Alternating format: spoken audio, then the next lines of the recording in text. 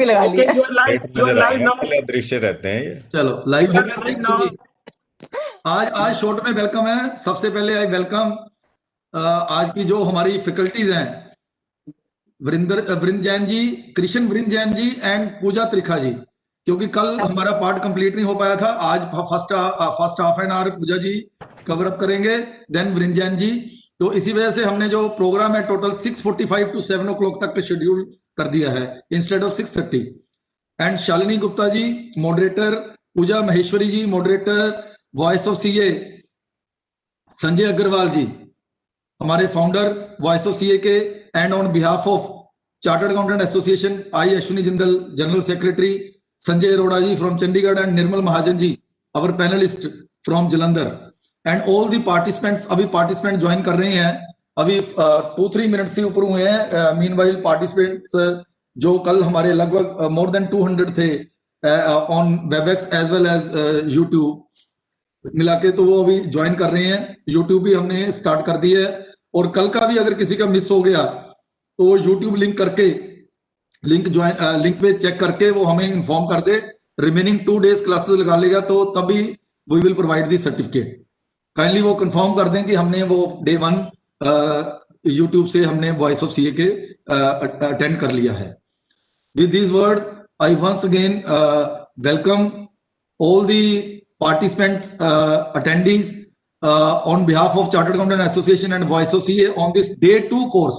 Date 3 मैं आपको बता दूं, बीच में भी बता दूंगा। कल का हमारा आशीष मखीजा जी का है, वो यूएसए से हमें ज्वाइन करेंगे वेबएक्स पे, एंड वो पूरा बताएंगे कि कैसे आपने इसको क्रैक करना है एग्जाम को। और इंडिविजुअल इंसॉल्वेंसी जो अभी नोटिफाई नहीं हुई, जैसे नोटिफाई होगी तो इसमें बाढ़ आ जाएगी काम की, इतना काम आ जाएगा। तो ये सारी चीजें वो कल आशीष मुखीजा जी बताएंगे। तो I am now directly handing over the mic to Pooja ji to kindly start with the remaining session of yesterday.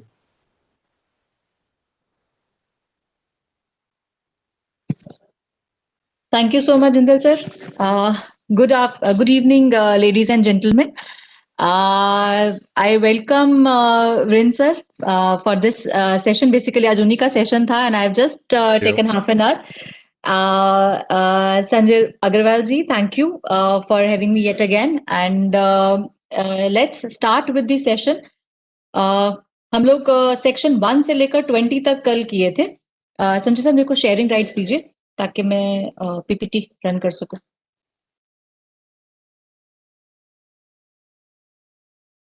It is with you. Yes sir, thank you.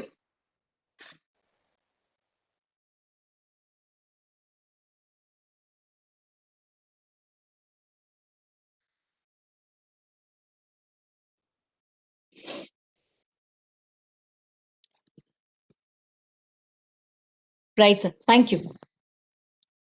So a quick recap I would say कि थोड़ा सा हम देख लें कि हमने कल क्या किया था।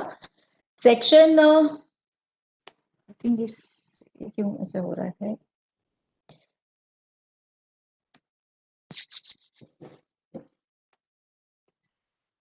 Is my screen visible? Clear है? Yes, clean है। हाँ जी ओके है, ठीक है। ओके, सो सेक्शन 1 से लेकर 20 तक हमने कल कवर किया था, right. So what we actually do, हम लोगों ने कल बेसिक जो हमारा टाइटल है, कहाँ ये एप्लीकेबल होगा सेक्शन, और कितना हमारा नोटिफाइड है एज ऑफ नाउ। जैसा थोड़ा सा मैंने आपको कल भी बताया था, the code is notified only for corporate insolvency and individual insolvency जिसको हम बैंक्रप्सी कहते हैं, वो अभी तक नोटिफाइड नहीं है। So our main target as of now is towards the corporates only which are registered either under companies act 2013 और द कंपनीज एक्ट 1956 और any other special companies act, लेकिन अभी तक वो नोटिफाइड नहीं है। उसमें सेक्शन 237 में पावर है अंडर आईबीसी, तो उसकी जो utilization of that power was done in December 2019 और specified financial institutions also जो कि 500 करोड़ से ऊपर का होल्ड करते हैं कैपिटल बेस, उनको भी कोड एप्लीकेबल है। Specifically if you remember the case of IL and FS, उसी के रेफरेंस में ये नोटिफिकेशन भी आई है। हम लोगों ने टाइटल एप्लीकेशन, ये किसको एप्लीकेबल है ये एक्ट, कौन सी कंपनीज, जो कंपनीज आज की डेट में जो ये एक्ट है, it will be applicable in case where the default is more than 1 CR। Section 4 इसकी एप्लीकेशन डिफाइन करता था, सेक्शन 5 डेफिनेशंस देता है, सेक्शन 6 हमें बताता है कि कौन से लोग इसको इनिशिएट कर सकते हैं। उसमें हमारे 3 मेन कैटेगरीज आते हैं, financial creditors, operational creditors and corporate debtors. उसके बाद सेक्शन 7 जिसमें initiation of the CIRP by the financial creditors, section 8 notice of default by the operational creditors, section 9 initiation of CIRP by the operational creditors, and section 10 which is initiation of CIRP by the corporate debtor himself. Then we did section 11 which identified what are the people who are not eligible to carry out this put in this application. Then we have section 12 which gives us the timeline, broad timeline, maximum timeline is 330 days. 180 days is the basic timeline, 90 days is extension अगर आप court से ले लेते हैं, and maximum outer limit is 330 days. उसके बाद आपका आ जाता है सेक्शन 12A जो हमारा एडिशनल इनिशिए एड ऑन हुआ है, which is withdrawal of the application with 90% voting approval by the COC। Then we have section 13 which is moratorium जो AA आपका डिक्लेयर कर देता है। सेक्शन 14 मॉरेटोरियम क्या है वो हमें बताता है। Section 15 is the public announcement which tells us कि within 3rd day आपको पब्लिक अनाउंसमेंट करनी है, क्लेम्स कॉल करने हैं, आपको ड्यू डेट देना है, कब तक क्लेम्स आएंगे, इंफॉर्मेशन देना है कंपनी के बारे में। Then we have section 16 which identifies what is the appointment of IRP, that is interim resolution professional. Section 17 management of the CD by the RP, कैसे RP को क्या क्या काम करना है इंटरिम रेजोल्यूशन प्रोफेशनल को। Section 18 what are the duties of the interim resolution professional. Section 19 covers your this 19 में I think. Okay, let's drop out 9. 19 is the duty of the personnel जो आपको सपोर्ट देगी कि कैसे आपको जो CD का सारा स्टाफ है वो how will it support you, और अगर वो CD आपको सपोर्ट नहीं कर रहा है तो आपके पास क्या पावर है। 19(2) which we have to remember for very important reason कि अगर आपको कोई पर्सनल, कोई स्टाफ आपको सपोर्ट नहीं दे रहा तो आप उसको कंप्लेन कर सकते हैं in the NCLT and get an specific order for contempt of court. Then we come to section 20 which is management of the corporate debtor as a going concern. Then we come to section 21 which says committee of creditors का बनना। What is committee of creditors? ये बेटा ये हमारी actually autonomous, मतलब ये सबसे powerful I would say is the body in IBC code, because सारा जो CIRP का प्रोसेस है वो इन्हीं के इंस्ट्रक्शंस पे चलता है। और COC को बनाता कौन है? बनाता है रेजोल्यूशन प्रोफेशनल। जब हम पब्लिक अनाउंसमेंट कर देते हैं उसके बाद हम क्लेम्स कॉल करते हैं जिसमें सारे ऑपरेशनल क्रेडिटर्स, फाइनेंशियल क्रेडिटर्स अपने क्लेम सबमिट करते हैं। उसी पब्लिक अनाउंसमेंट में हम टाइम पीरियड भी देते हैं कि कितनी देर तक हमारे पास वो क्लेम्स आपके आने होते हैं। एंड उस टाइम पीरियड के अंदर जब हमारे पास क्लेम्स आते हैं, हम क्लेम्स की वेरिफिकेशन के लिए 7 डेज लेते हैं। And by 21st day we identify कि what are the approved claims, what are the eligible claims. उसके बेसिस पे जो फाइनेंशियल क्रेडिटर्स होते हैं सिर्फ वही COC बनाते हैं। जो हमारी कमेटी ऑफ क्रेडिटर्स है वो COC के मेन मेंबर्स होते हैं और उसी के बेसिस पे सारी एक्टिविटीज आगे डिसाइड की जाती हैं। Financial creditors which are not related parties of the corporate debtor will form the committee of creditors. अगर आपके फाइनेंशियल क्रेडिटर्स रिलेटेड पार्टीज हैं, they will not be eligible to part of the COC, they will not get voting rights. तो अगर आप मानिए कि ऐसी situation आ जाए जहां पर मेरे सारे के सारे फाइनेंशियल क्रेडिटर्स या तो रिलेटेड पार्टीज हैं या मेरे पास कोई फाइनेंशियल क्रेडिटर्स नहीं है, तो कौन मेरा COC का मेन मेंबर रहेगा? तो फिर ऑपरेशनल क्रेडिटर्स मेंबर्स बन जाते हैं। उसमें भी top 18 operational creditors by value will become the members of the COC। उसमें एक रिप्रेजेंटेटिव ऑफ द वर्कमैन और एक representative of the employees other than those 18 OC members will be part of the COC and जो भी decision आपका होगा for the running of the corporate insolvency resolution process will be done as per the instructions of the COC and it is the prime body and the main authority जिसके मतलब I think I would say कि NCLT भी COC की जुडिशियसनेस या COC की power को object नहीं कर पाती है।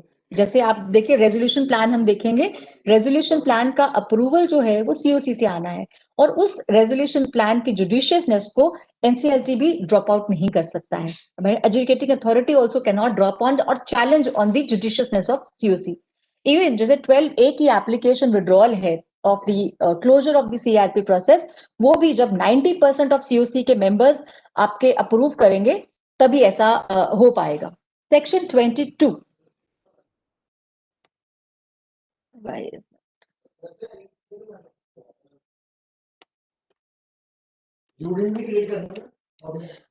ठीक है, बिल्कुल ठीक है। ये एक्चुअली मुझे ना आई थिंक क्लियर नहीं हो रही है। 24 आ गया, 23 है एक स्लाइड। हाँ, ये अपॉइंटमेंट हुआ। Okay, this is now appointment of the resolution professional. हमारा T इज द अगर आप डेट ऑफ CIRP तो T+30 that is 30th day को हमारी COC की फर्स्ट मीटिंग हो जानी चाहिए। एंड आपको पता ही है कि पूरा का पूरा CIRP प्रोसेस एक टाइम बाउंड तरीके से काम करता है। हमें विद इन टाइमलाइंस काम करना पड़ता है, तो उस पैरामीट्रिक चार्ट को हमें एब्सोल्युटली एंड जुडिशियसली फॉलो करना है, जैसे कि हम अपनी स्टैट्यूटरी ड्यूज की डेट्स को फॉलो करते हैं। So first meeting of COC shall be held within 7 days of the constitution of committee of creditors. That means 7 days का क्लियर नोटिस हमको देना है for the committee of creditors. तो bye 21 day हमारी COC बन जानी चाहिए, उसकी इंटीमेशन AA को चली जानी चाहिए और फिर हमारी COC की फर्स्ट मीटिंग हो जानी चाहिए, जिसमें पहला एजेंडा जो डिसाइड होगा वो ये होगा कि क्या इंटरिम रेजोल्यूशन प्रोफेशनल को as a resolution professional for the further work of the CIRP continue करना है या नहीं करना। मतलब और जो इस एक महीने में आपको मैं ये भी बता देती हूँ कि इंटरिम रेजोल्यूशन प्रोफेशनल की जो फर्स्ट लाइफ है वो 30 डेज की होती है। विद इन 30 डेज जो पब्लिक अनाउंसमेंट करता है, क्लेम्स लेता है, क्लेम्स का अप्रूवल करता है, एसेट्स का पोजेशन लेता है, सिक्योरिटी चार्ज करता है, सिक्योरिटी से अपने एसेट्स को सिक्योर करता है, वो सारे जो एक्टिविटीज और कॉस्ट होते हैं वो CIRP कॉस्ट का पार्ट है, जिसकी रैटिफिकेशन COC करती है। आपके जितने भी CIRP के कॉस्ट और एक्सपेंसेस होंगे उनकी रैटिफिकेशन COC के अलावा कोई और कर नहीं सकता, और अगर COC रैटिफाई नहीं करेगी तो वो आपको खर्चा नहीं मिलने वाला। Section 23 okay, this is conduct of CIRP. अब subject to 27, the resolution professional shall conduct the entire CIRP process and manage the operations of the corporate debtor during corporate insolvency process. मैंने आपको पहले बताया था interim resolution professional पहले 3 दिन manage कर 30 days तक मैनेज करता है। आफ्टर 30 डेज CIRP को मैनेज करेगा, रेजोल्यूशन उसको अपॉइंट कर देगी। जैसे IRP को इंस्ट्रक्शंस थे कि जैसे उसने मैनेज करना है कंपनी को as a going concern, similarly RP will also have to maintain the entire CIRP process and run the CD as a going concern.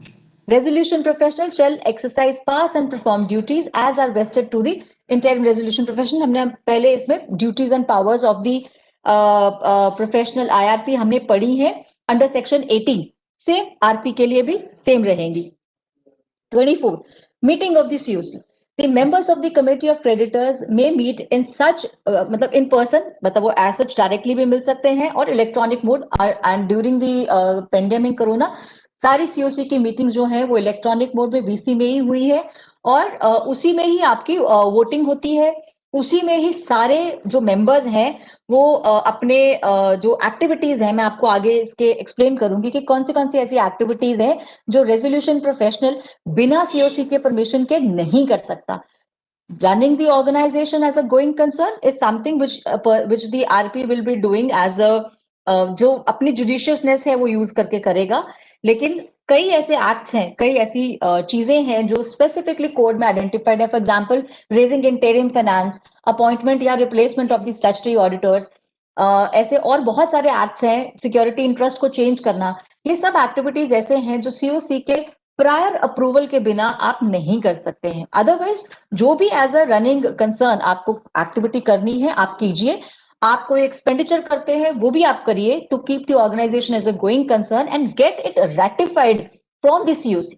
जब सीओसी उसको अप्रूव एंड रेटिफाई कर देगी then that cost becomes part of the CRP. अब COC को attend कौन कौन कर सकता है मीटिंग में? वोटिंग पावर्स तो मैंने आपको बता ही दिया कि फाइनेंशियल क्रेडिटर्स के ही होते हैं और किसी के भी नहीं होते, या फिर ओसी के होंगे अगर एफसी रिलेटेड पार्टीज हैं या फिर एफसी है ही नहीं उस ऑर्गेनाइजेशन के अंदर। अब resolution professional shall give notice of each meeting to the committee of creditors. अब ये जो मीटिंग का नोटिस है 7 डेज का भी हो सकता है, शॉर्ट नोटिस 3 डेज का भी हो सकता है, depending on the urgency of the matters. सारे जो मेंबर्स ऑफ द सीओसी हैं उन सबको जाएगा। बोर्ड ऑफ डायरेक्टर्स जो भंग हो चुका है, सस्पेंडेड बोर्ड ऑफ डायरेक्टर्स जो है, they will also be part of this COC meeting but they will not have voting rights. Operational creditors और the representatives if the amount of the aggregate is not less than 10% of the debt, मतलब total जो debt है उसका 10% अगर किसी operational creditor का भी due है तो वो ऑपरेशनल क्रेडिटर सेल्फ खुद जाके या फिर अपने किसी ऑथराइज्ड रिप्रेजेंटेटिव के थ्रू उस मीटिंग को ज्वाइन कर सकता है, लेकिन they will not have any voting rights. OC does not have a voting right until and unless कि वो COC है ही सिर्फ OC की, right? The directors, partners, and one representative of the OC, as referred to above, may attend the meetings of the COC but shall not have right to vote. As I told you कि इन सब के पास voting rights नहीं है, सिर्फ ये meeting attend कर सकते हैं। Any creditor who is member of the COC may appoint an insolvency professional other than resolution professional. मैंने आपको बताया एक clause amendment भी आ रखा हुआ है इस मैटर में कि they have the power to hire some other professional, other resolution professional to act on their behalf अगर वो खुद नहीं आना चाहते हैं तो again friends there is a professional opportunity for all resolution professionals out there who do not want to go in directly to take up the assignments of CIRP. They can be consultants in this form by acting as authorized representatives. अब each creditor shall vote in accordance with the voting share assigned. जितना भी आपका financial debt है, अब आपका total date identify होगा, उसमें आपका अपना कितना शेयर है उसके बेसिस पे रेशियोज आइडेंटिफाई होंगी। इसी में एक अमेंडमेंट भी आ चुकी है कि ऑथराइज्ड रिप्रेजेंटेशन में आप सिक्योरिटी इंटरेस्ट के बेसिस पे या आपके जैसे एम्प्लॉइज हैं उनके लिए ऑथराइज्ड रिप्रेजेंटेटिव्स आ सकते हैं। तो वो जो ऑथराइज्ड रिप्रेजेंटेटिव्स हैं अगर उनके वोटिंग राइट्स हैं तो जो जिसको वो रिप्रेजेंट कर रहे हैं उसके जो डायरेक्ट इंस्ट्रक्शंस हैं, रिटन इंस्ट्रक्शंस होने चाहिए, वर्बल इंस्ट्रक्शंस को हम नहीं मानेंगे, रिटन इंस्ट्रक्शंस के बेसिस पे वो वोटिंग अकॉर्डिंगली करेंगे। आपको ये भी बता देती हूँ कि पहले सब जगह पे 75% के वोटिंग राइट्स थे, अमेंडमेंट 2018 में जो आई थी उसके बाद से वो 66% हो चुके हुए हैं। पर 12A की विड्रॉल की एप्लीकेशन ऐसी है जहां पर 90% की वोटिंग राइट्स अप्रूवल होने चाहिए for withdrawal of application. Board जो हमारा है आईबीबीआई उसने हमारे को रेगुलेशंस दिए हैं जिनके बेसिस पे हम इन चीजों को मॉनिटर करते हैं। सो जो रेगुलेशंस में हमारे को इंस्ट्रक्शंस रहते हैं we follow those instructions and accordingly when you are preparing for your exams you must keep both the act and the regulation hand in hand ताकि आपको वो दोनों की डेट्स, दोनों के टाइमलाइंस वो याद हो सके। Next is section 25। What are the duties of the resolution professional? सबसे पहली एंड फोरमोस्ट इंपॉर्टेंट ड्यूटी जो एक रेजोल्यूशन प्रोफेशनल की है कि जब उसने अपने कॉर्पोरेट डेटर के एसेट्स का कंट्रोल लिया है उन एसेट्स की safety, security and preservation, it's the prime duty of the resolution professional is to ensure that all the assets remain secure, there is no loss, the assets are in such custody and in lock and key of the resolution professional, कोई ambiguity नहीं होना चाहिए। और जो आपके assets आपके list out हैं, आप बेसिकली तो सारी इंफॉर्मेशन आप स्टाफ से ही लेंगे। Audited balance sheets are important source, asset registers are an important source, ROC में जो चार्जेस रजिस्टर है that's an important source. Financial institutions के पास जहां जो फाइनेंशियल क्रेडिटर्स हैं उनके पास जो लोन डॉक्यूमेंट्स हैं, उनके पास जो प्लेज डॉक्यूमेंट्स हैं, they are an important source to identify के कॉर्पोरेट डेटर के कौन से एसेट्स हैं और कहाँ पर है। For the purpose of this subsection, the resolution professional shall undertake the following action: take immediate custody and control of the assets of the corporate debtor, including the business records, मतलब representing the CD on any quasi judicial और arbitrary, मतलब आपको सारा वो काम करना है जो कि आप एज अ कंपनी को गोइंग कंसर्न करने के लिए चलाएंगे, वो तो आपने करना ही करना है। सीओसी की मीटिंग्स को कन्वीन करना है आपने। अगर आपको लगता है कि आपको प्रोफेशनल हेल्प चाहिए तो लॉयर्स को आप अपॉइंट कर सकते हैं, क्योंकि आप जब आप एसेट्स का कंट्रोल लेंगे तो आप you can come across certain debtors जो कि लिटिगेशन में है, पेंडिंग है, तो उसको फॉलो अप करके उन डेटर्स की रिकवरी करने की कोशिश करना है। उसके बाद आपको रेजोल्यूशन प्लान को चेक करना है, एक्सप्रेशन ऑफ आपने इंफॉर्मेशन मेमोरेंडा बनाना है जिसमें आप पूरी ऑर्गेनाइजेशन की कंप्लीट इंफॉर्मेशन दोगे, और उस इंफॉर्मेशन मेमोरेंडा के बेसिस पे रेजोल्यूशन एप्लीकेंट्स रेजोल्यूशन प्लान्स को लाएंगे। उन रेजोल्यूशन प्लान्स को आपने चेक करना है, राइट। ये सारी जो एक्टिविटीज है ये रेजोल्यूशन प्रोफेशनल को कंटिन्यू करनी है। आगे है 25A, rights and duties of the authorised ये 25A जो है ये इंसर्शन है आफ्टर द अमेंडमेंट, जिसमें कि आपके सीओसी में जो वोटिंग के लिए ऑथराइज्ड रिप्रेजेंटेटिव्स का आना और उनका क्या राइट्स, उनके क्या ड्यूटीज रहेंगे, वो कैसे वोट करेंगे, वो क्या क्या इंफॉर्मेशन सीख कर सकते हैं, वो हमारे को इस सेक्शन में आइडेंटिफाई करवाया हुआ है। I would not go in detail because I have to cut it out in 30 minutes. 26. Now this is avoidance of application has no impact on CIRP. अब आप आगे जाके ना पफ ट्रांजेक्शन्स देखेंगे, PUFE, preferential, undervalued, fraudulent and एक्सटॉर्शनेट।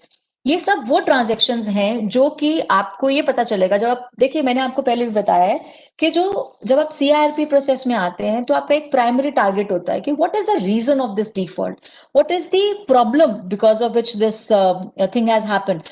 तो वो जब ढूंढने लगते हैं आप, तो आपने 2 साल पुराने ट्रांजेक्शन्स देखने हैं रिलेटेड पार्टी के, 1 साल पुराने ट्रांजेक्शन्स चेक करने हैं नॉन रिलेटेड पार्टीज के, तो उसमें आपको हो सकता है कुछ ट्रांजेक्शन्स ऐसे मिले जो कि आपको लगे यार एग्जॉर्बियंट है, मतलब ये ऐसा नॉर्मल ड्यू कोर्स में नहीं हो रहा है।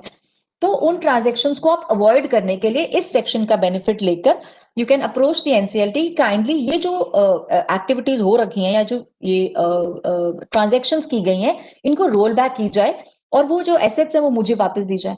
अच्छा, ऐसी कोई एक्टिविटी हम जब रिक्वेस्ट करते हैं तो उससे हमारे सीआरपी प्रोसेस पे कोई इम्पैक्ट नहीं आता। रादर अगर कोई एसेट्स इंक्रीज होने हैं तो वो इंक्रीज होंगे, अगर पूल में एड अप होंगे तो वो एड अप होंगे। Section 27. Now, this is basically replacement of RP by COC.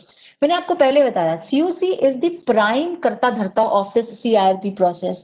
अगर COC को लगता है कि रेजोल्यूशन प्रोफेशनल जो ये काम हमारा हैंडल कर रहा है वो अच्छे से नहीं कर रहा या they are not satisfied with his services, they can approach the adjudicating authority and seek replacement of the resolution professional.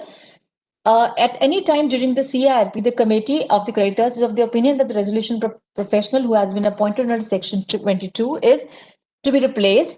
He may replaced. It may replace him with another resolution professional. और उसका manner और procedure क्या है कि COC एक committee अपनी meeting call करेगा, उसमें अपने 66% वोटिंग अप्रूवल के साथ अप्रूवल ये एजेंडा को अप्रूव करेगा और फिर वो एप्लीकेशन दे देगा AO को, एडजुडिकेटिंग अथॉरिटी को, और वहां से जब वो अप्रूवल आ जाएगा तो नया आरपी को रिप्लेस कर देगा। तो जब तक नया आरपी रेजोल्यूशन प्रोफेशनल नहीं आता तब तक जो पुराना आरपी है it will continue its duties and will give the charge when the new RP is appointed by the adjudicating authority. 28. Approval of COC for acts of the RP. This is very important friends, 28 section, क्योंकि ये हमारे को list out कर देता है वो सब चीजें जिन चीजों के लिए हमें COC का प्रायर अप्रूवल। तो भाई इस चीज को आपने टच नहीं करना जब तक आपके पास COC का अप्रूवल नहीं है, रेटिफिकेशन नहीं है। मैं रेटिफिकेशन की बात नहीं कर रही हूँ, रेटिफिकेशन जब आपने एक्शन कर लिया और उसके बाद उसको रेटिफाई करा लिया, लेकिन जो सेक्शन 28 में लिखी हुई आइटम्स हैं ये हमारा ब्रीच माना जाएगा अगर हमने इन सबको बिना प्रायर अप्रूवल कर दिया। अब इसमें हमारा क्या क्या आता है, इसमें हमारा आता है raising of interim finance, second creating any security interest over the assets of the corporate debtor. देखो एफसी का ऑलरेडी सिक्योरिटी इंटरेस्ट क्रिएटेड है, आप उसको ऑल्टर नहीं कर सकते बिना उनकी परमिशन के।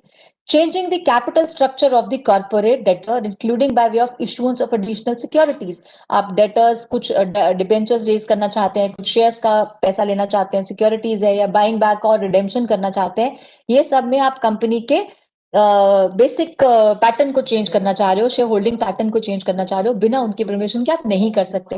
Record any change in the ownership interest of the CD, giving instructions to financial institutions maintaining accounts of the corporate debtor for a debit transaction from any such account in excess of the amount as may be decided by COC in their meetings. हम एक primary approval पहले ले लेते हैं COC से कि ये हमारे रनिंग एक्सपेंसेस हैं, these are day to day expenses जो होने हैं ऑर्गेनाइजेशन के, और ये उसका पैटर्न है, एक बजट टाइप अप्रूवल करा लेते हैं, तो वो एक तरह से हमारा एक बेंचमार्क बन जाता है. Within that limit we can continue working. जैसे हमारा रनिंग एक्सपेंसेस है, हमारी फैक्ट्री रनिंग कॉस्ट है, लेबर का एक्सपेंडिचर है, हमारा इलेक्ट्रिसिटी है, टेलीफोन है, इंटरनेट एक्सपेंसेस है, हमारा जो बेसिक स्टाफ का जो रनिंग एक्सपेंडिचर है, सेलिंग एक्सपेंसेस है, व्हीकल्स रनिंग है, या अदरवाइज जो भी हमारे day to day running expenses है, वो सब हम उसे रेटिफाई पहले ही एक प्रायर अप्रूवल लेकर रख लेते हैं. Undertaking any related party transactions, मैंने आपको पहले बताया है कि रिलेटेड पार्टी के साथ कोई भी काम करने से पहले आपको उसका प्रायर अप्रूवल लेना पड़ेगा. रिलेटेड पार्टी से वैसे ही kindly avoid doing transactions with related party, लेकिन हाँ, अगर कुछ इस तरह से हो सकता है कि सब्सिडरीज हो सकती हैं, इंटरलिंक्ड हो सकती हैं, और आपस में इतने क्लोजली नेट हैं कि आपको सब्सिडरी पे ही रिलाई करना है for any of the supply, या प्राइमरी मटेरियल जो आप यूज करते हैं वो आपके सब्सिडरी के पास ही है, बाय प्रोडक्ट जो है आपका वो सब्सिडरी ही उठाता है. तो ये सब रिलेटेड पार्टी ट्रांजेक्शंस जो हैं वो आपको लिस्ट आउट करके सीओसी के पास पहले ही रख देने हैं, सो दैट उनका अप्रूवल आप टाइमली ले लें, और अपना आपके एक्टिविटी में जो running expenditure, running activity of the CD है, उसमें कोई इंपैक्ट नहीं आए. Delegate its authority to another person. You cannot do that. You are the authorized resolution professional. आप अपनी authorities किसी को delegate नहीं कर सकते. But हाँ, because of medical grounds or something, for a temporary period, if you feel कि ऐसा कुछ change होना है, तो आप वो कर पाएंगे थोड़ी देर के लिए. Delegates dispose or permit disposal of shares of any of the shareholders of the corporate debtor or the nominees to third parties. Make any change. Time मेरा हो गया, बस 3 sections और हैं. We'll cover it quickly. Transfer rights. Please carry on. No problem. I'll try to wind it up quickly. थोड़ा 5 minute में I'll just try to finish it up. Then make any change in the management of the corporate. उनको 10 minutes wait कर ले. Make any change in the management of the corporate debtor, transfer rights or the financial debts or operational debts, any material contracts otherwise than in the ordinary.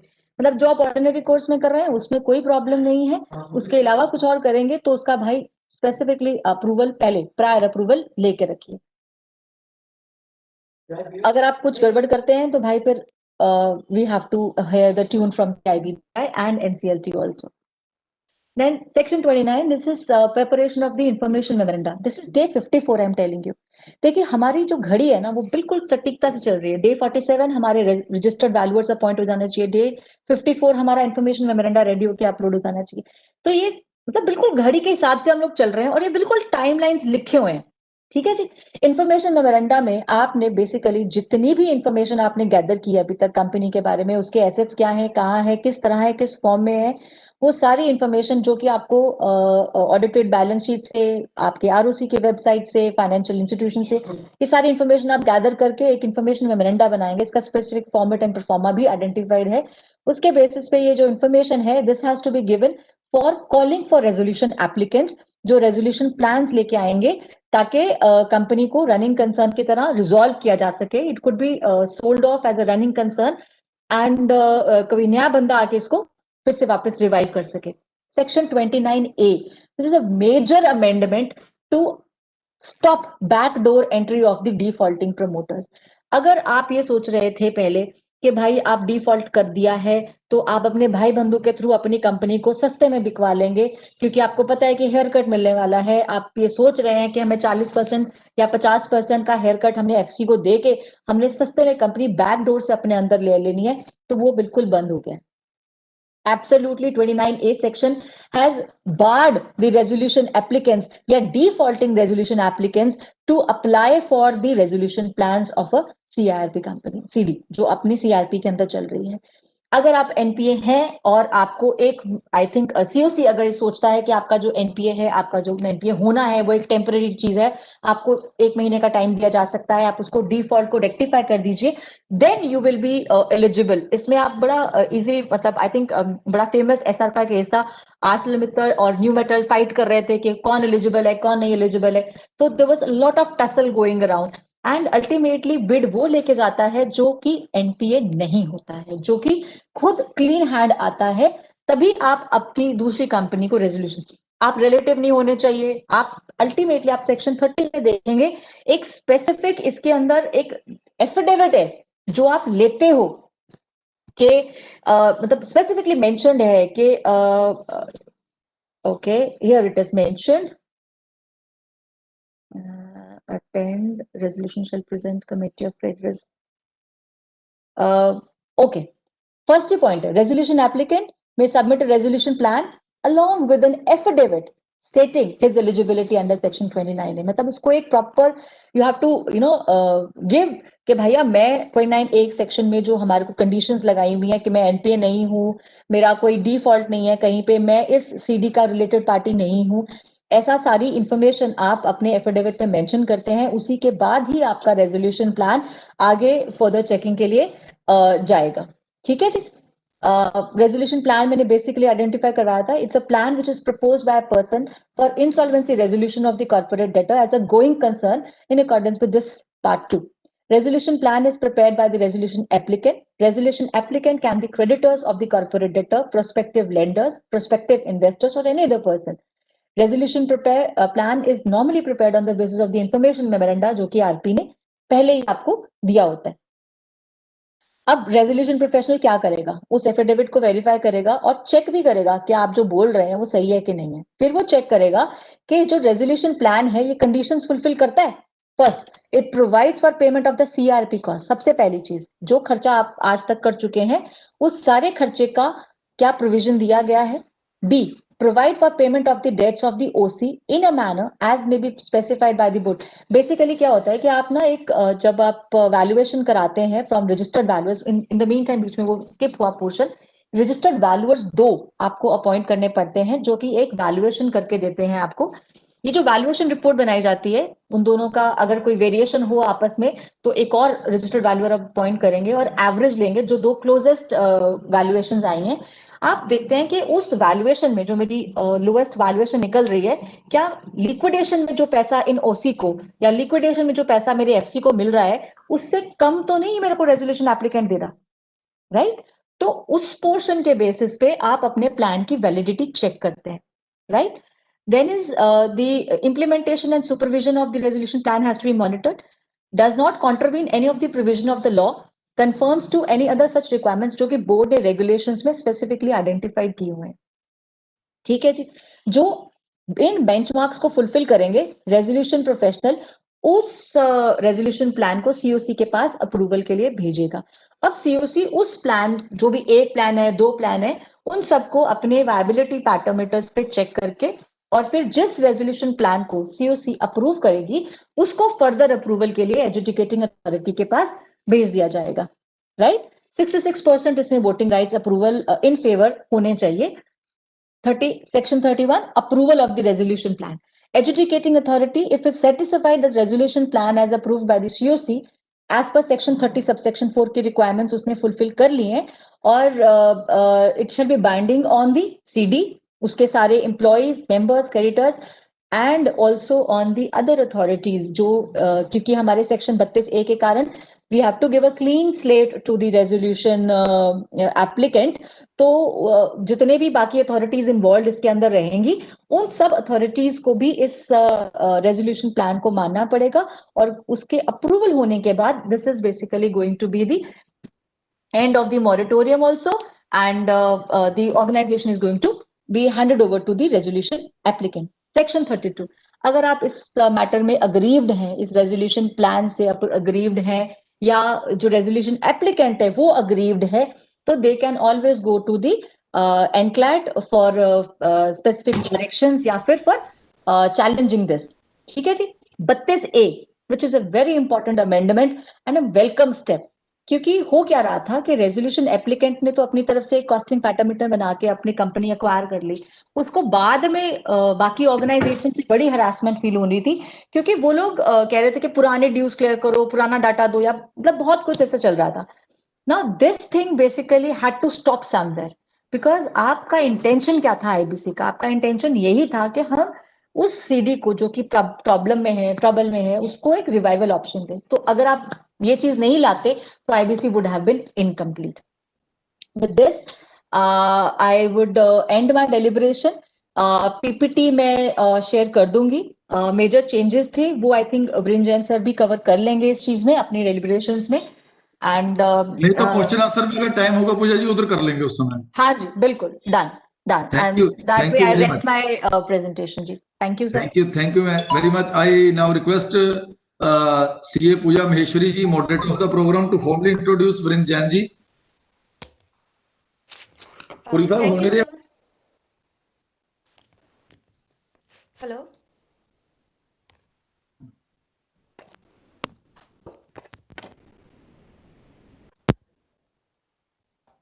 Hello, am I audible?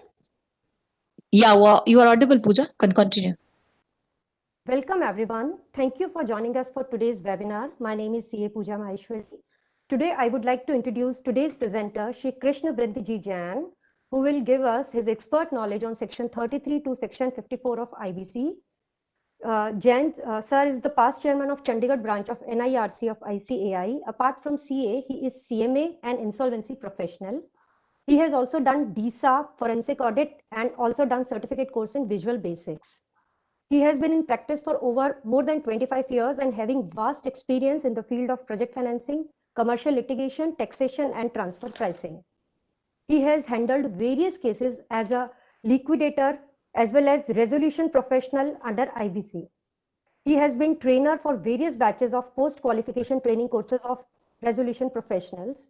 He is being the faculty member for the pre-registration educational course for RPs by Indian Institute of Insolvency Professional of ICAI, as well as for valuers by ICAI Registered Valuer Organization.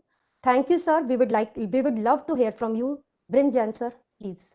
I would like to add one thing about Vrind Jain, which normally people will not know, that he is a very good host also. So if you are near Chandigarh or you are in Chandigarh, because Pooja, you are from Chandigarh, that is why I am saying, then he will be a beautiful host and he will take care of everything, because I am very fond of home food. He always think of that and he arranges for me. So with this, house is your, Viren. Thank you. Thank you very much, Sanjay ji and Pooja ma'am, both Pooja ma'ams. Pooja ma'am has introduced to you people IBC in a very lucid and very systematic manner. I'm not so systematic as she was, but I'll try to be on the subject matter as such. So I'll start with my PPT now. Right with you. Thank you, sir.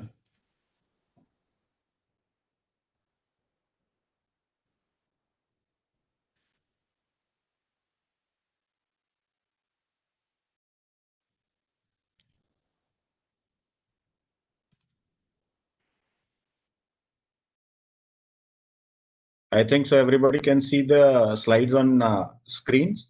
Yes, yes. Yes, sir. Clear. Okay, thank you. So first of all, I thank Voice of CA as well as Jindal ji for providing me this opportunity to talk to you about the very subject which is very much close to my heart. That is Insolvency Bankruptcy Code. And I first share you with my experiences and my brush with this enactment. As this enactment came in 2016, in the end of December almost, the CA Institute formulated a non-profit organization with the name of Triple IP, what we fondly call. And they asked the chartered accountants with more than 10 years experience to get enrolled as on the panel of IBC as provisional registration for 6 months. So I also thought I am 10-year-old, let me join this panel. So once I joined this panel, after say 10-15 days, the panel was released online. And to my shock and to my joy also, I started getting the calls from banks, from the CDs itself, promoters, they want me on board as RP. So the thing was, I never read through IBC and I was called upon to do the services of a resolution professional at that time. So it was an exciting moment for me. Any panel, the first time I joined a panel, and from that panel, I got a call and I immediately accepted an assignment. That was, I'll say, the beginning of IBC for me. And that was almost the second or third case of India, which was accepted by me as RP under IBC. So once I had given my acceptance of assignment as resolution professional, I was called upon by the NCLT staff that Judge Sir wants you to sit in the NCLT bench for at least 3 days so that you can learn what IBC is. So that was my learning process. I started learning IBC from the bench itself. So I sat there almost 2-3 days and started learning what kind of a IBC is, what kind of a proceedings are undergoing under IBC. And then I started reading through the code. So this was my learning process, and it was definitely very good learning process for me. So now I'll be sharing certain slides with you, my experiences. I'm right now working as liquidator for 3 companies. I'm also right now a resolution professional of one of the very big real estate company, and that real estate company has now been resolved. It is having more than almost 400 home buyers and 2 banks in that. And within a period of almost 3 years of my appointment as RP from the ex-IRP, I was able to resolve this company. So this is a very good experience and a satisfying experience to be RP and in this profession. So now let us start with the subject of liquidation. So Pooja ji stopped at the resolution plan, and when the resolution plan passes, then there is no need of liquidator. That means the company comes into being. It is being restored back to its normal health. It can start working as a company which is normal. But if the company is unable to be restored, say it falls over and above section 32, then the liquidation will happen. So liquidation, and what are the kind of liquidators, first we should discuss. So under Company Act, there are 4 types of liquidators. One is official liquidator, another is provisional liquidator and company liquidator. And the new breed of persons which are introduced is under IBC, one liquidator as appointed under section 34. So who is the liquidator under IBC? Is the under defined as insolvency professional appointed as liquidator in accordance with the provisions of chapter 3 or chapter 5 of this part, as the case may be. Now, what kind of a winding up or liquidation can happen? There are 2 concepts, but almost with the synonymous meaning: winding up and liquidation. Under company law, we call it winding up. Under IBC, we call it as liquidation. So Companies Act 2013 contain provisions relating to winding up, which says, however, Insolvency Bankruptcy Code 2016 has made substantial changes in these provisions. Provisions for application of winding up for inability to pay debts has been omitted from Company Act. When the IBC was introduced, this provision for inability to pay its debts was removed from Companies Act and introduced into IBC. So what difference actually it made? The inability to pay its debts or any dues by a company has been checked out from the Company Act. Rest all of the winding ups, the technical windings up, still remain under company law. So if the company is defaulting in its cash flows, will come under IBC, otherwise it will remain under company law. So the provisions of the Company Act relating to winding up are still relevant. Under insolvency code, most of the winding up application will have to go through procedure of insolvency bankruptcy code. However, this would only be in the case where company is in default.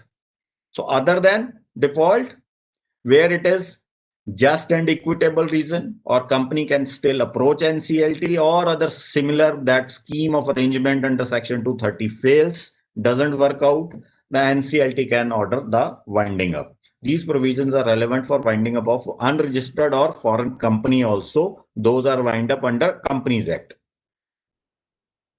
So winding up by the NCLT, these are the provisions of Part 1 of the Companies Act. Section 271 to 303 of the Company Act shall apply to the winding up of a company by the tribunal under Companies Act. Provisions relating to voluntary winding up has also been appointed from the Companies Act, and it has been put under IBC. Meaning of winding up is winding up under this act, that is Companies Act 2013, or liquidation under Insolvency Bankruptcy Code 2016 as applicable, Section 294A of the Companies Act 2013 that was amended by way of amendment under in year 2016. So what is winding up under Companies Act is treated as liquidation under Insolvency Bankruptcy Code. That is what Honorable Anclet has also held in Fortec India versus Edelweiss Asset Reconstruction Company. Now, what are the modes to end existence of a company? So liquidation under Insolvency Code.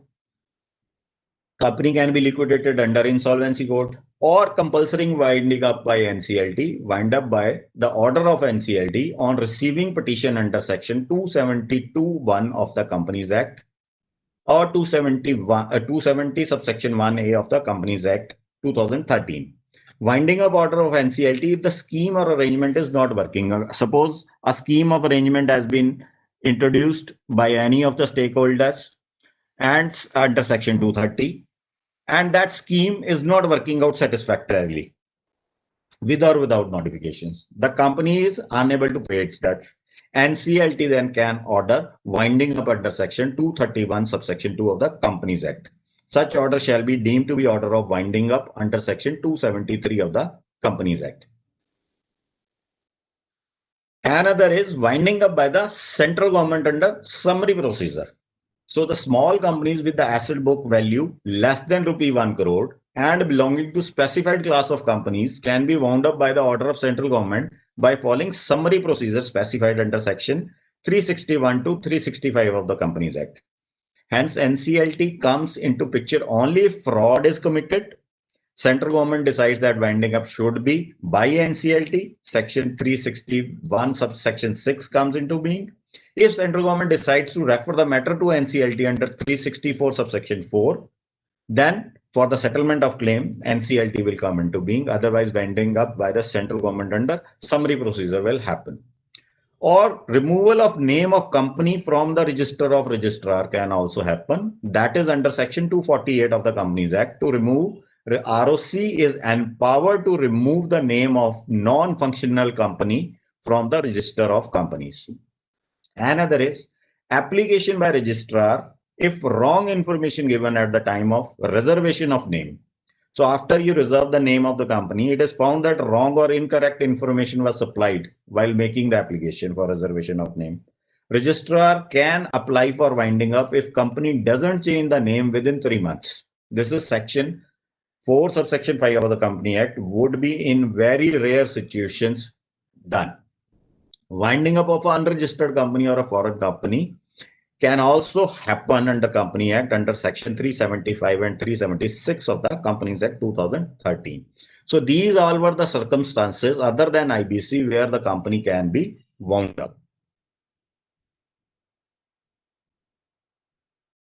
The company liquidator means a person appointed by tribunal. Why I'm getting on to the now company liquidator. Earlier, the company liquidator used to be the official liquidator. Now, an amendment has been worked out in Section 275.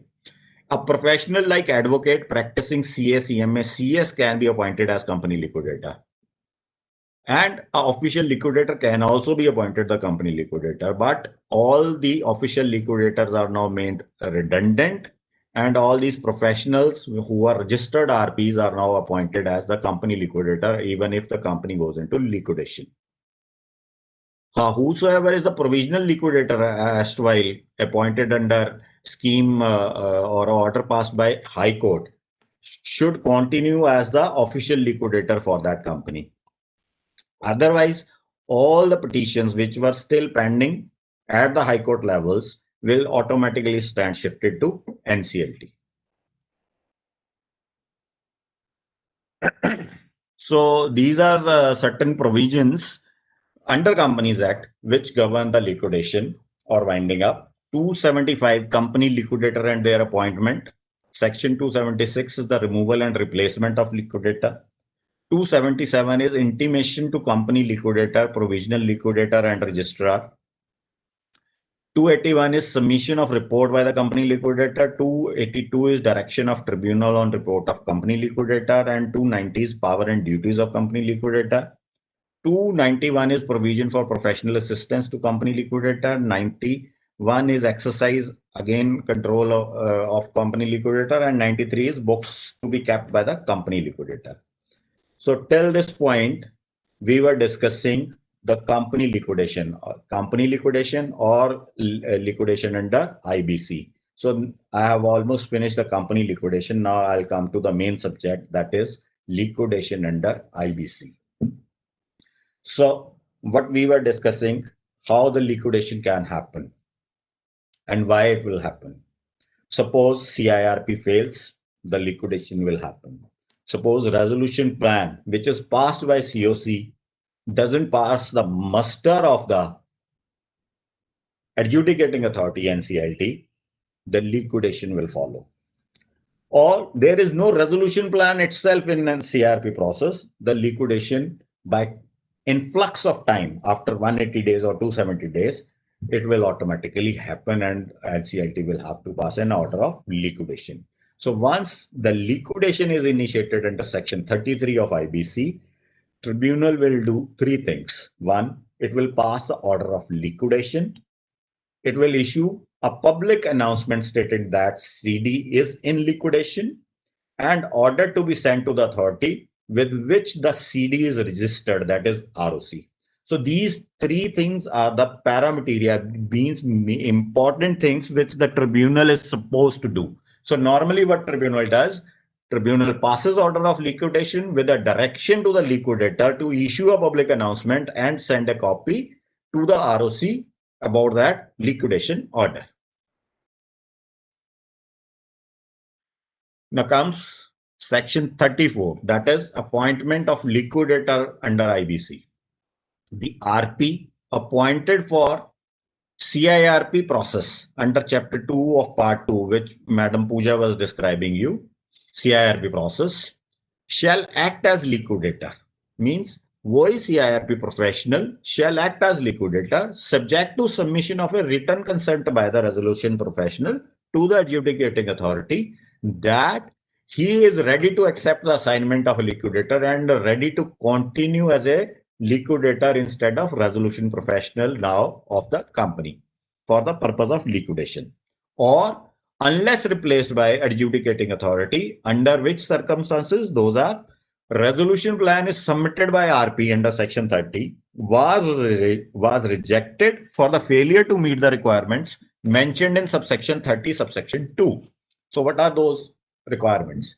Those requirements, as a RP, once a resolution plan is passed, I am supposed to certify that the resolution plan is in accordance with the IBC code and according to all sections, nothing has been violated. Plus, I also certify the resolution plan doesn't violate any of the existing acts or existing codes. It is not illegal anywhere. So if that resolution plan fails the muster of section 30 subsection 2, then the resolution professional who submitted that resolution plan will not be allowed to work as liquidator of same CD. The board recommends or where the board means IBBI recommends for the replacement of resolution professional to the AA adjudicating authority for the reasons to be recorded in writing, means board records its reasons that the professional didn't work properly, the professional is not of the true character, or in their wisdom, he is not the proper and fit person to be appointed as liquidator, then the existing professional will not be appointed as the liquidator. Or the resolution professional himself fails to submit a written consent under subsection 1 of 34. He doesn't file his consent that he is ready to work. So in these circumstances, the RP will be replaced by another RP who will work as a liquidator over here. So these are the powers and duties of the liquidator. 34.2. The appointment of a liquidator under this section, all powers of the board of directors, key managerial personnel, and the partners of CD, as the case may be, shall cease to have effect and shall be vested in the liquidator.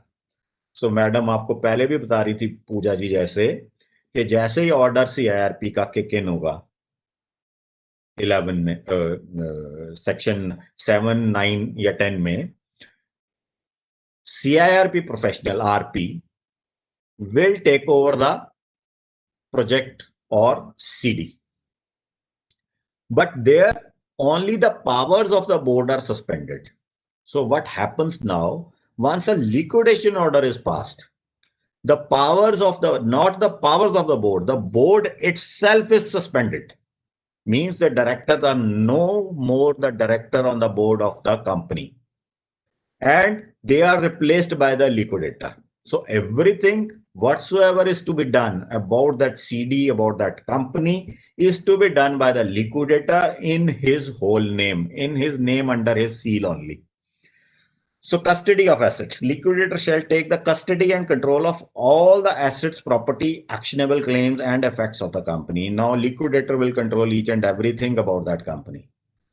The personnel of the CD shall extend all assistance and cooperation to the liquidator as may be required by him in managing the affairs of the CD, and provisions of section 19 shall apply in relation to voluntary liquidation process as they apply in relation to the liquidation process, with the substitution of references to the liquidator for reference as IRP. What does this mean? This is a very vast section which back to back give all the sweeping powers which were with the RP while conducting CIRP to the liquidator itself. And the personnel of CD, directors, all people are required to provide all kind of assistance and cooperation to the liquidator also. So whatsoever powers and duties and everything were applicable to the RP are now applicable to the liquidator also. He has to do the evaluation of assets. The liquidator appointed shall evaluate the assets and other properties of the CD and shall prepare a detailed report of the same. Now there is a little bit of difference over there. This section says the evaluation of assets to be done by the liquidator, but now the provisions under regulation has been amended substantially. They say the liquidator should use the valuation as done under CIRP process, but he can conduct the fresh valuation. He has to record the reasons why he is opting for the fresh valuation, why in his wisdom the fresh valuation is required, whether that valuation was not proper and fair, or the valuation which was done at that time, at that point of time, is not valid on the date of liquidation. So he has to record his reasons why he is getting it done, redone again now. The liquidation is a beneficial liquidation. Liquidator of company shall carry on business of the CD for its beneficial liquidation. Means if the company inherited or company coming to the liquidator is a going concern, then the liquidator is required to maintain that company as a going concern and try to sell it as a going concern only. Why? Because the going concern will fetch the maximum valuation as compared to the dead company. So the beneficial liquidation concept continues from the CIRP, the company, if it is in running state, should be kept in running state and should be sold off right like that for the benefit of all stakeholders. Liquidator has the right to sell or dispose of property of the company in liquidation. CIRP में अभी madam आपको बता रहे थे कि जहां पे भी आपको कुछ भी चेंज करना है, कोई भी चीज बेचनी है, कुछ भी करनी है, you must have the first approval of the COC members. Here the right is totally different. Liquidator has the right to sell or dispose of property of the company under liquidation. He can straight away sell it. There are certain limitations and changes which I'll be discussing later on in my later slides.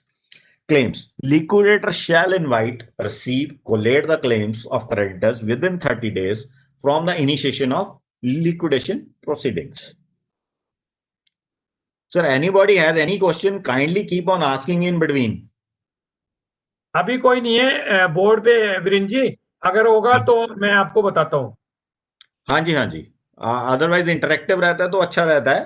हाँ, तो कहीं से भी कोई participant पूछना चाहे तो let him ask the question. Q&A में पार्टिसिपेंट अपने डाल दीजिएगा तो हाँ. I will take those. बाकी Sure. पूजा महेश्वरी जी लेंगे सारा. She is only managing this. Sure. She is going to be our young and dynamic speaker. Okay. Most welcome. So what is the liquidation process timeline? So these are the certain timelines which I have depicted on the screen. Commencement of liquidation and appointment of liquidator happens once the order is passed. Then we issue a public announcement immediately. Last date for submission of claim by stakeholder is told 30 days. We verify the claim. Claims are verified by the liquidator. Then liquidator files a list of stakeholders to AA and public announcement copy also. Then within 75 days, the liquidator is supposed to submit a preliminary report and report of asset memorandum to AA. This is very important point of time. 75 days from the date of commencement of liquidation process. You have to compile each and every information which is required in the preliminary report, the data about the CD. You have to complete the books of accounts if it is not complete. You have to jot down each and every asset acquired by you as a liquidator, its valuation, whatsoever things are there, what kind of a fair value or liquidation value they can fetch, what kind of a liquidation cost you intend to incur, what time frame you suppose you will be taking to complete the liquidation process, and what kind of a cost estimate is there to execute this liquidation. So all these things are to be submitted in the preliminary report along with the asset memorandum attached thereto. So this is a very important gesture where you should be very vigilant. Then you have to complete the complete liquidation process, which I'll be dealing in detail in the later slides, which earlier used to be 2 years, now has been reduced to 1 year now. And another important thing as a liquidator, what you have to do is submission of progress report. And progress report is to submit it within 15 days of close of every quarter. So even if you are appointed, say, liquidator in the month of December, say on 20th December. So on 15th January on the next year, you have to submit the progress report even before the submission of preliminary report. So this dedicated progress report you have to keep continuously sending to AA in a manner.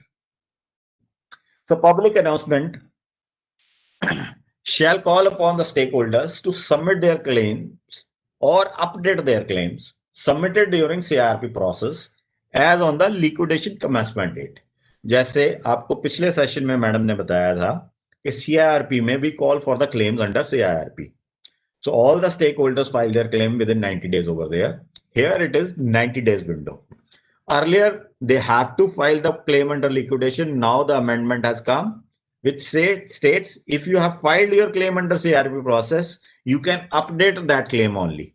So what you need to do, you send an updation reference only that much claim is there, add this much to my claim, and this is my claim under liquidation, and provide the Last date for the submission of updation of claims, which shall be 30 days from the liquidation commencement date.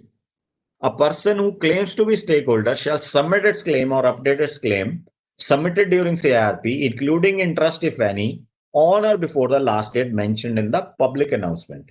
Person shall prove its claim for debt or dues to him, including interest if any, as on the liquidation commencement date. तो दोनों claims में क्या difference है sir?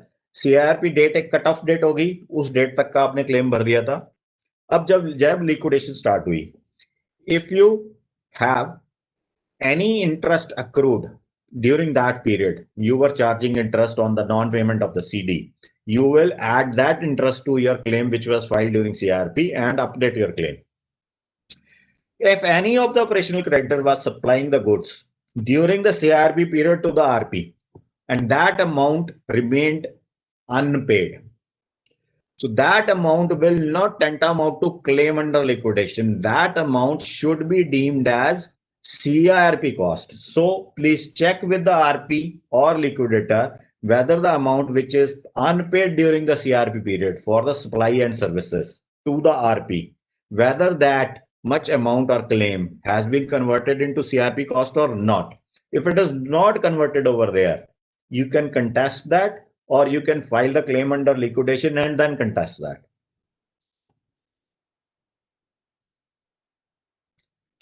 Consultation committee. This is a new bird added Ji, to the. you said goods. What about services? Yeah, both, sir. Both, sir. Goods as well as services also, sir. So normally what happens when RP takes over a company, he tries to run that company as a going concern. So during that running of company as a going concern, he incurs many expenditures by way of purchasing lot of goods and services. And sometimes those goods and services remain unpaid. So those all unpaid goods and services should be converted into CRP cost by the COC and RP. If it is not converted, only then you are required to file the claim. So what is consultation committee? This is a new bird added, that is regulation 2BA added to the liquidation regulations and read with regulation 31A. Liquidator shall constitute a consultation committee within 60 days from the liquidation commencement date, based on the list of stakeholders prepared under regulation 31 to advise him on the matters relating to the sale under regulation 32. So why the consultation committee is formed? Because earlier it used to be the CIRP only. During CIRP, the COC was there. But once the CIRP period was over and the liquidation order was passed, the company was handed over to the liquidator as a whole. And the liquidator was all in all. He was in charge and a free bird to do whatsoever he wanted to do as per the IBC code. But then the IBBI thought fit that liquidators are not working in accordance with the regulation of the code. So some kind of a check balance is required. So they introduced regulation 31A with the intention that there is some kind of a check balance is introduced and consultation committee is formed out of stakeholders so that they suggest the liquidator how to go about the liquidation process, and specifically how to sell the assets of the company under liquidation. So liquidator may facilitate the stakeholders of each class to nominate their representatives. If stakeholders of any class fail to nominate their representative, the required number of stakeholders with the highest claim amount to be included there. Representative in the consultation committee shall have access to all relevant records and information as may be required to provide advice to the liquidator. Liquidator shall convene a meeting of CC when he consider it necessary and shall convene a meeting of CC when a request is received from at least 51% representatives in the CC. Liquidator shall chair the meeting of consultation committee, record the deliberations of the meeting. Liquidator shall place the recommendation of COC made under sub-regulation 1, regulation 39C before CC. What is that? The recommendation the last COC at the time of CRP made, how they want to sell the company if company gets under liquidation, he should place that recommendation of COC before the CC. CC shall advise the liquidator by vote of not less than 66% present and vote. Means the persons present in the meeting by 66% vote, they can only advise the liquidator. They can't dictate, as COC dictates the RP. Here in liquidation, by 66% vote, they can only advise the liquidator. And advice of the consultation committee shall not be binding on the liquidator, provided he records the reasons for the same, why he is not agreeing with the CC's recommendation. How the consultation committee is formed.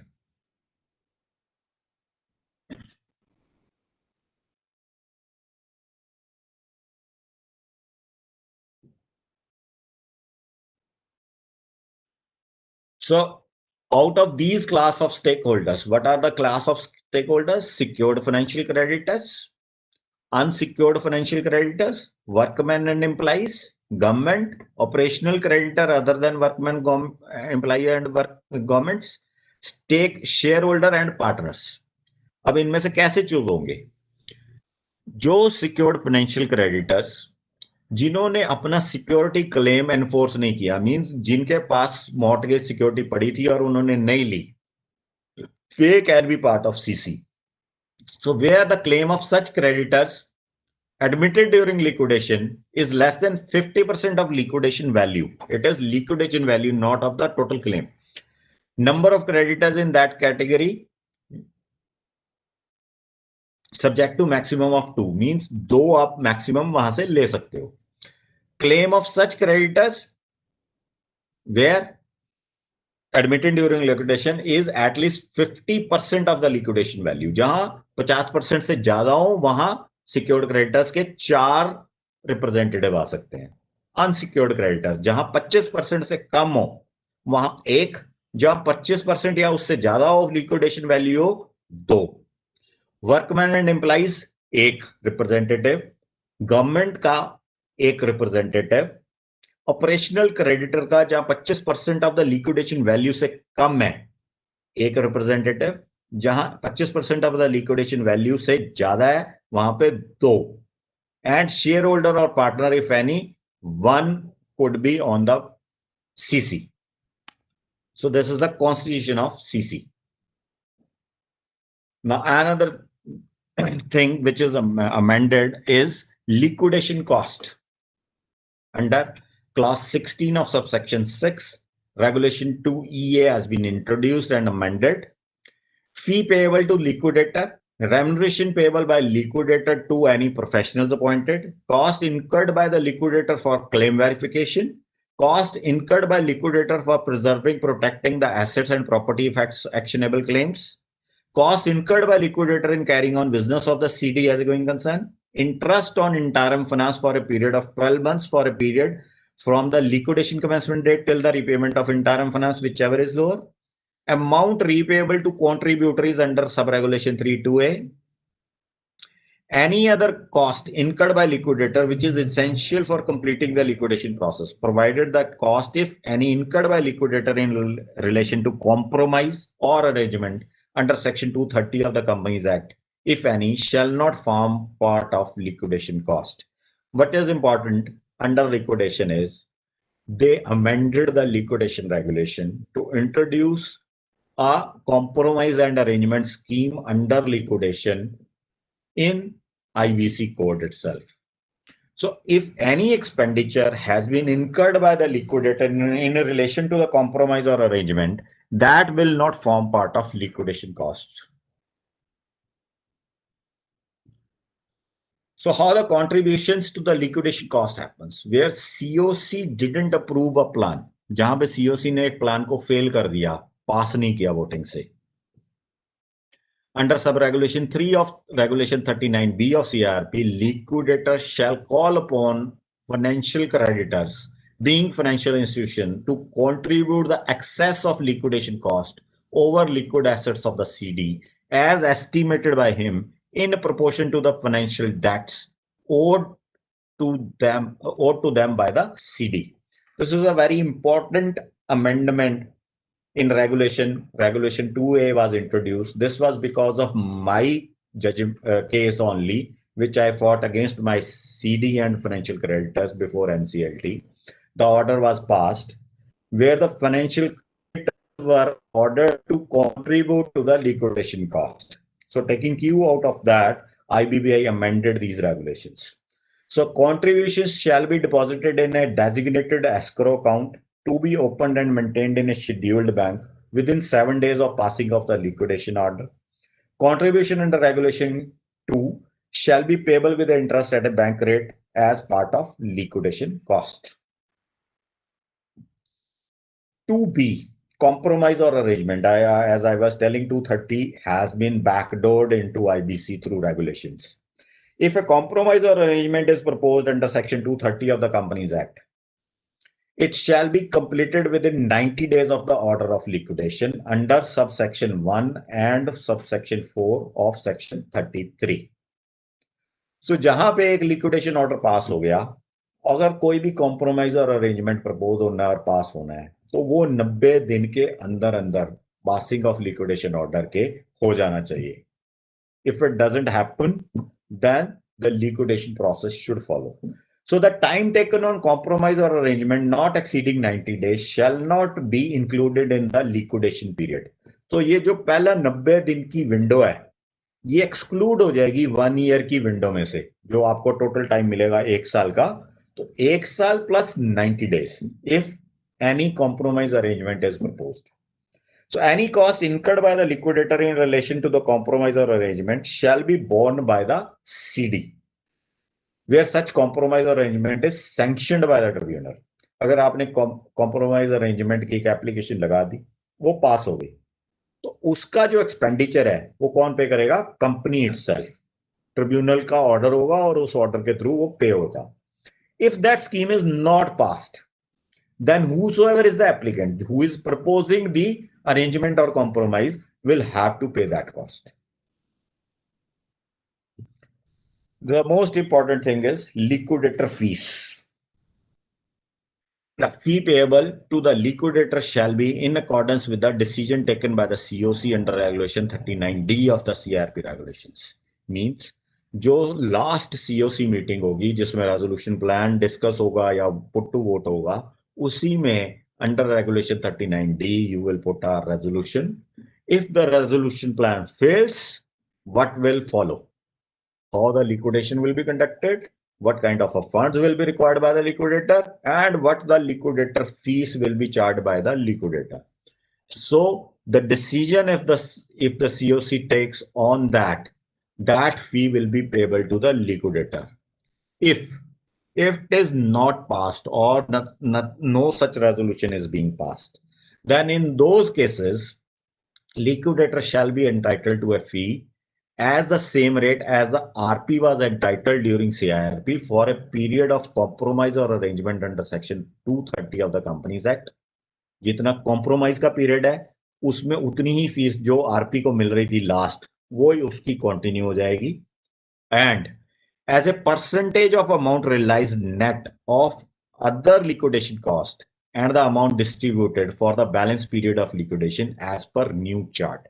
So a chart under Regulation 4 sub Regulation 2 has been introduced. पहले 2 का जो chart था वो 2 साल के period के लिए था. पहले 6 महीने, नेक्स्ट 6 महीने से 1 साल, फिर rest 1 year to 2 year. Then after 2 year, what percentage of fees can be charged by the liquidator? So पहले 1 करोड़ पे जैसे 5% फीस मिलेगी रियलाइजेशन पे, 2% फीस मिलेगी सपोज डिस्ट्रीब्यूशन पे, नेक्स्ट 1 करोड़ से 5 करोड़ तक some percentage. So that chart is present in the Regulation 4 sub Regulation 2. So that chart has been little bit amended. Now it has been reduced to 1 year, up till 1 year, and after 1 year, the chart is there. So the where fees payable under clause B of sub Regulation 2, the liquidator shall be entitled to receive half of the fee payable on realization only after such realized amount is distributed. Regulation 4 of these regulation, as it stood before the commencement of insolvency, bankruptcy, liquidation process, amendment regulation 2019 shall continue to be applicable in relation to the liquidation process already commenced before the coming into force. Means जिनको पुराना chart लग रहा था 17 जुलाई 2019 से पहले जितकी भी liquidation चल रही थी वो पुराने चार्ट के हिसाब से फ्री फीस ड्रॉ करेंगे, 17 जुलाई 2019 के बाद वाले नए चार्ट के हिसाब से फीस ड्रॉ कर लेंगे. Powers and duties of the liquidator. Now, subject to the directions of adjudicating authority, liquidator shall has the following powers: to verify claims of all creditors, to take into custody control all assets, property, effects, and actionable claims of the CD, to evaluate assets of the property of the CD in the manner may be specified by the board, to take such measures to protect and preserve the assets and the properties of the CDs as he considers necessary, to carry on business of the CD for the beneficial liquidation as he considers necessary, subject to section 52, to sell the immovable and movable property and actionable claims of the CD in liquidation by public auction or private contract, with power to transfer such property to any person or body corporate, or to sell the same in parcels in such manner as may be specified, provided liquidator shall not sell the immovable or movable property or claims of the CD in liquidation to any person who is not eligible to be resolution applicant. This is very important and very stringent provision over here. So section 29 में जो पूजा जी आपसे last में discuss कर रही थी, तो जो भी पर्सन्स डिस्क्वालिफाइड है अंडर सेक्शन 29A, उन लोगों को लिक्विडेटर कोई भी एसेट, मूवेबल, इमूवेबल या कोई भी क्लेम नहीं दे सकता. Rest he can sell to whole world.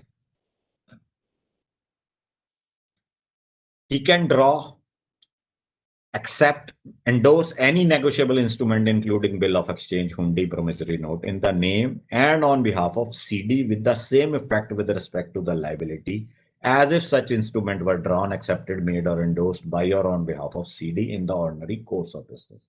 This is very important. Now, till the CRP period was there, you were operating business on behalf of suspended board of directors. Once you become liquidator, then you exercise all the powers in the name of CD under your signatures only. So you take out in your official name letter of administration to all deceased contributories to his official name, any other act necessary for obtaining payments or money dues payable for the contribution from the contributories, to obtain any professional assistance from any person or appoint any professional in discharge of his duties, obligation and responsibility. I am a liquidator. I can appoint number of professionals to exercise the liquidation process. I need financial persons if the company is a going concern. I need security personnel to guard the assets.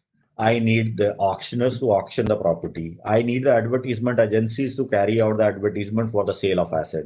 I need my legal battery to defend all the cases which are running against the CD or running against a liquidator. I can invite and settle the claim of the creditors and claimants and distribute the proceeds in accordance with the provision of this code, which I'll be later on explaining you in detail, to institute or defend any suit, prosecution or legal proceeding, civil or criminal, in the name of or on behalf of CD.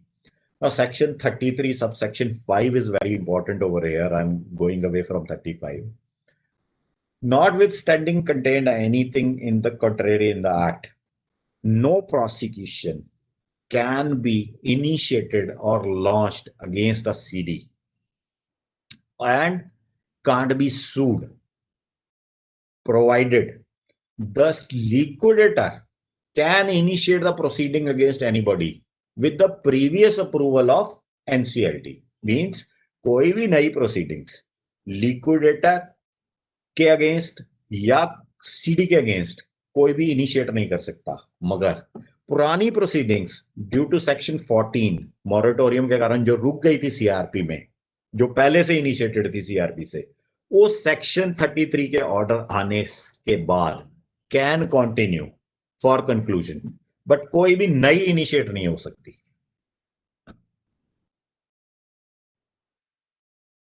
Liquidator can investigate the financial affairs of CD to determine undervalued or preferential transaction. As Pooja ji was discussing, I'll be discussing those sections in detail. Basically, 4 sections are there, which are very dangerous under IBC for the erstwhile management promoters, as well as to the auditors who are auditing those balance sheets. So, section 43, section 45, section 50, section 66. All these sections are too dangerous and very well documented in the IBC, and ramifications are going to come all on the CDs which are under IBC. So section 43 is any preferential payment they do within a specified period, that is we call look back period of 2 years with the related party or 1 year period with general public, in and over the preference as defined under section 53 can be reversed. ऐसे ही section 45 में कोई भी transaction section 50 में और section 66 में fraudulent transaction अगर कोई भी की गई है, those can be reversed and prosecutions can be launched. To take all such action steps and sign, execute, verify any paper, deeds, receipts, documents, application, petition, affidavit, bond, instruments. For such purpose, use the common seal, if any, necessary for liquidation, distribution of asset, discharge of his duties and obligation as functions of liquidator. You have to go as a liquidator, get the properties registered on the name of the buyers under liquidation process under your sign and seal. To apply to AA for such orders and direction as may be necessary for liquidation of the CD, and to report progress of the liquidation process in a manner as specified by the board. As I was discussing, every quarter within 15 days you have to submit this report. To perform such functions as may be specified by the board, liquidator shall has the power to consult any of the stakeholders entitled to a distribution under proceeds under section 53. Now, that amendment which I was discussing, the consultation committee has already been constituted as per regulations. Provided that any such consultation shall not be binding on the liquidator, provided further records of such consultation shall be made available to all other stakeholders not so consulted in a manner specified by the board.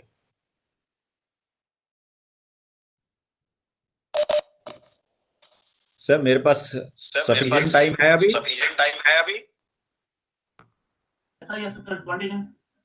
Okay. So the powers of the liquidator is to assess the information from any information utility, credit information system bureau, or regulated under any law, any agency of central government, state government, including any registering authority, information system for financial, non-financial liabilities, regulated under law, information system of security asset proposed to be security interest regulated under any law, any database maintained by the board, any other source as may be specified by the board. Creditor may require the liquidator to provide any financial information relating to CD in such manner as may be specified. Liquidator shall provide information referred in subsection 2 to such creditor within 7 days of date of such request.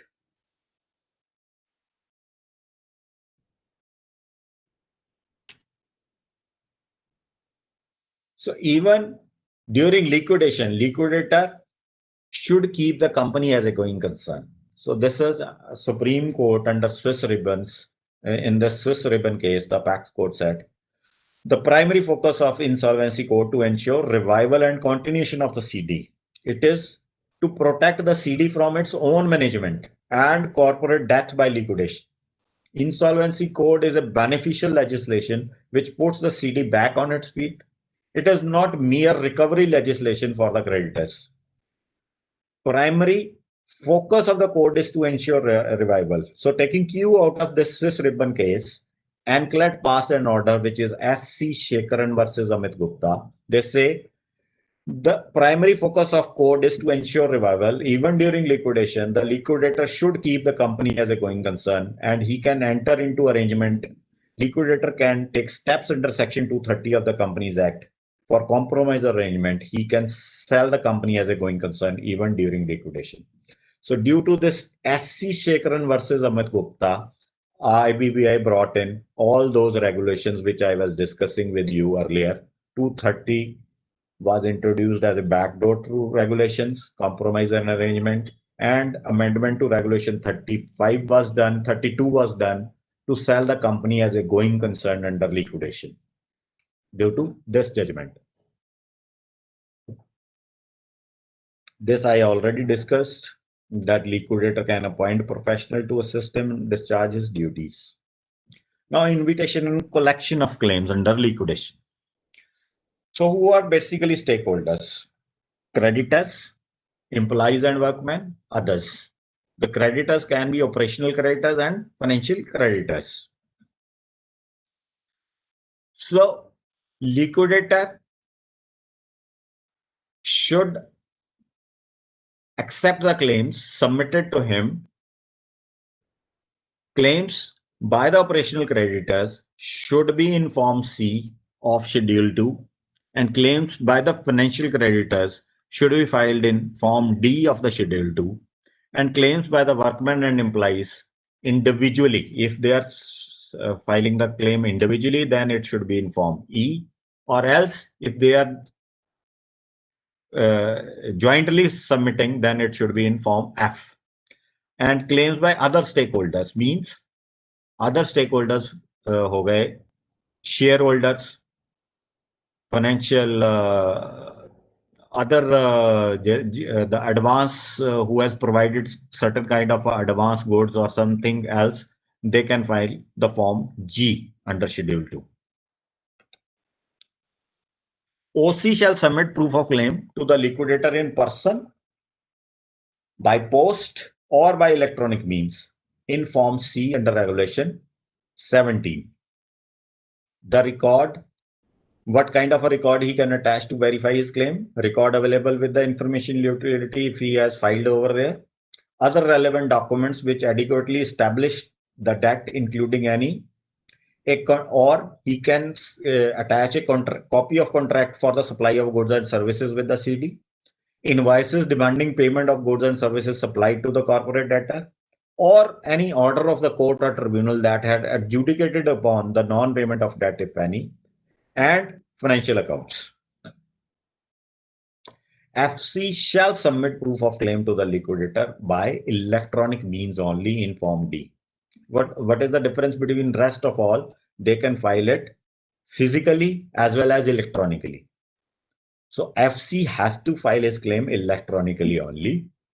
He can file physically also, but only physical filing of claim will not be deemed as filing of claim. He has to file it electronically. Debt due to FC under this regulation may be proved by record at information utility, other relevant documents, including financial contract to support the financial statements or evidence of debt, record evidencing amounts committed by financial creditor to the CD under facility has been drawn by the CD, financial statement showing that CD has not repaid, and any order of the court or tribunal that adjudicated upon non-payment of such debt. Same way the implies. And same way the other stakeholders. Consolidation of claims, Section 38. The liquidator shall receive or collect the claims of creditors within a period of 30 days from the date of commencement of liquidation process. The FC may submit the claim to the liquidator by providing record of such claim. Operational creditor and creditor who is partly financial creditor or partly operational creditor shall submit claims to the liquidator to extent of financial debt in separate forms. A creditor may withdraw or vary his claim under this section within 14 days of its submission. जब उसने submit किया 14 दिन के अंदर अंदर उसे withdraw कर सकता है या अमेंड कर सकता है. A person who claims to be the stakeholder shall submit its claim or update its claim during CRP, including interest, if any. Person shall prove its claim or debt to him, including interest, if any, on the liquidation commencement date. Liquidator shall verify the claim submitted under Section 38 within such specified period by the board. Now, there is a difference between Section 39, claim verification by liquidator, and claim verification by RP. Resolution professional only collates the claims. And the difference over here is liquidator verifies the claim and accepts or rejects that claim. So what is the difference? The liquidator has been given some kind of adjudicating power over here, very small adjudicating power. Whereas under CIRP, it is only executive power given to the RP. He can collate the list of claims received by him. So the liquidator may require any creditor or CD or any other person to produce any document or evidence which he thinks necessary for verifying the claim. Liquidator may, after verification of claim under 39, either admit or reject the claim in whole or part. Provided where he rejects, he shall record his reasons in writing for such rejection. And he shall communicate his decision of admission or rejection or partial acceptance within 7 days of such rejection or admission. The decision of accepting or rejection made by liquidator is appealable, and aggrieved party can file an appeal within 14 days of receipt of order of rejection under section 42. Liquidation estate. This is very important. Once the liquidator takes control of all assets, he creates a liquidation estate. The asset memorandum, which I was discussing with you earlier, which is to be attached with the preliminary report within 75 days. So within 75 days, he takes control of each and every asset, values them, and prepares a list in the shape of memorandum of assets. Now, what assets should form the liquidation estate is section 36. Assets over which the CD has ownership rights. Assets possessed by CD. This is also very important. One is ownership right, another is assets possessed by the CD. And those assets are tangible or intangible can be. Assets recovered through proceedings for avoidance of transaction. The 4 sections which I was discussing, 43, 45, section 50 and 66. Any of the transactions which are reversed by NCLT, whatsoever money or asset is received, will also form part of liquidation estate or other assets. So what are other assets which are excluded from the purview? That is section 36, subsection 4. Assets owned by third party. Assets owned by third party which are in possession of company but on which company has no ownership rights are not counted for the purpose of calculating the liquidation estate. So this is a very important judgment over there by the Supreme Court, which traveled from NCLT to NCLAT to Supreme Court, where Maharashtra Housing Development has allotted a plot to a CD on lease basis, and that company got into CRP process and ultimately into liquidation process something. The Maharashtra Housing Development Corporation tried to cancel that lease deed and take back the possession of that land. So which the Supreme Court came heavily onto that asset is in possession of company with ownership right as to the lease rights. So those lease rights can't be taken away by housing board. So the assets of a third party in possession of company where no ownership rights are there will not form part of liquidation estate. Otherwise, it will form part of liquidation estate. So what kind of assets will not form? Asset held in trust for any third party. Bailment contract के under कोई भी assets are lying with the CD can't be form part of liquidation estate. All sums due to any workman or employee from the provident fund or pension fund and the gratuity fund. कोई भी पैसे किसी भी workman को due है या employ को provident fund से, पेंशन फंड से या ग्रेच्युटी फंड से which is lying in the company or which are not there, which are to be paid to these statutory authorities, can't be included as liquidation estate. Other contractual arrangements which do not stipulate transfer of title but only use of assets can't form part of liquidation estate. Such other assets as may be notified by the central government in consultation with financial sector regulator. What are other assets? The personal assets of the promoters, shareholders, partners, as the case may be, are not held on account of avoidance transaction, or avoidance transaction can't be the part of liquidation estate. Assets pledged as security as collateral by the financial service provider are subject to netting off set off in multilateral trading or clearing transactions. Can't be part of liquidation estate. Other assets which are held by the Indian or even foreign subsidiary of a company and any other assets as may be specified above. So कोई भी subsidiary company के assets चाहे वो Indian है चाहे foreign है can't form part of liquidation estate. But एक Videocon is an exception where the order was passed. The mining rights held by the foreign subsidiary companies by this company will form part of estate. Reporting by liquidator. So as I already discussed, a preliminary report and asset memorandum, which forms part of that preliminary report, then the progress reports every 15 days of a closing of quarter, then sale report. The liquidator has to prepare a sale report, what kind of assets he acquired and sold, minutes of consultation with the stakeholder, and final report prior to dissolution. So how he conducted the liquidation and how he distributed amongst the stakeholders, and is there any dividend left out or any claims left out. He has to report in the final report prior to dissolution to be submitted to AA. This I already discussed with you people. Within 75 days of the commencement of liquidation process, you have to submit this. Early dissolution of property, if it is insufficient to meet the cost of liquidation. You may be saddled with a company where you don't have the sufficient assets even, which can revert the liquidation cost. So if you estimate your liquidation cost is going to go over and above the assets you own as a liquidator, then any time after preparation of preliminary report, means after 75 days,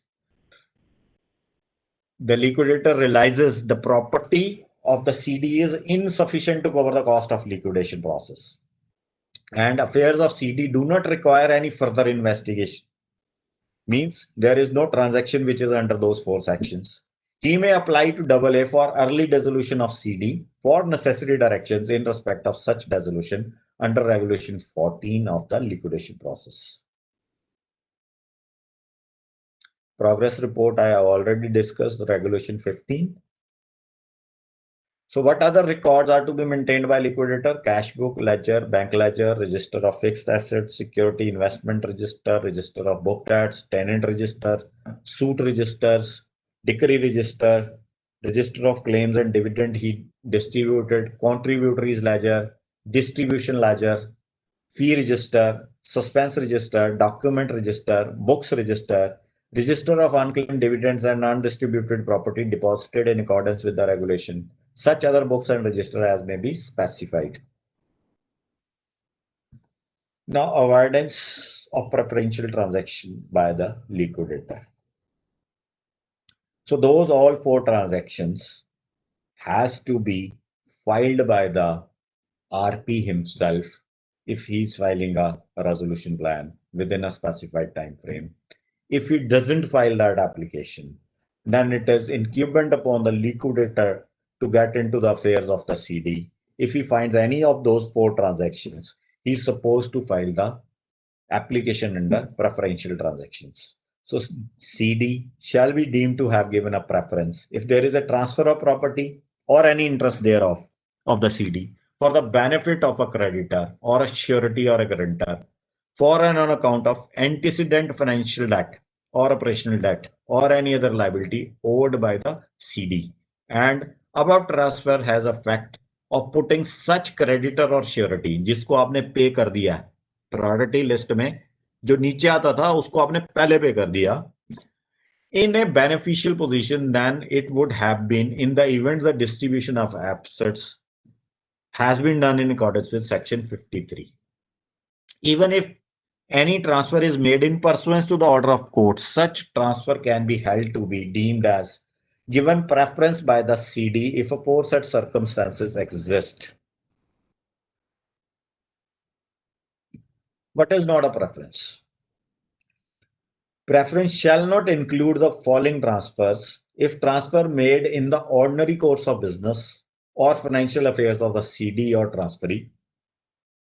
The transfer created a security interest in property acquired by the CD to the extent that such security interest secures new value and was given at the time of or after the signing of security agreement that contains a description of such property. Such security interest was used by CD to acquire such property, and such transfer was registered with the information utility on or before 30 days after the CD receives possession of such property.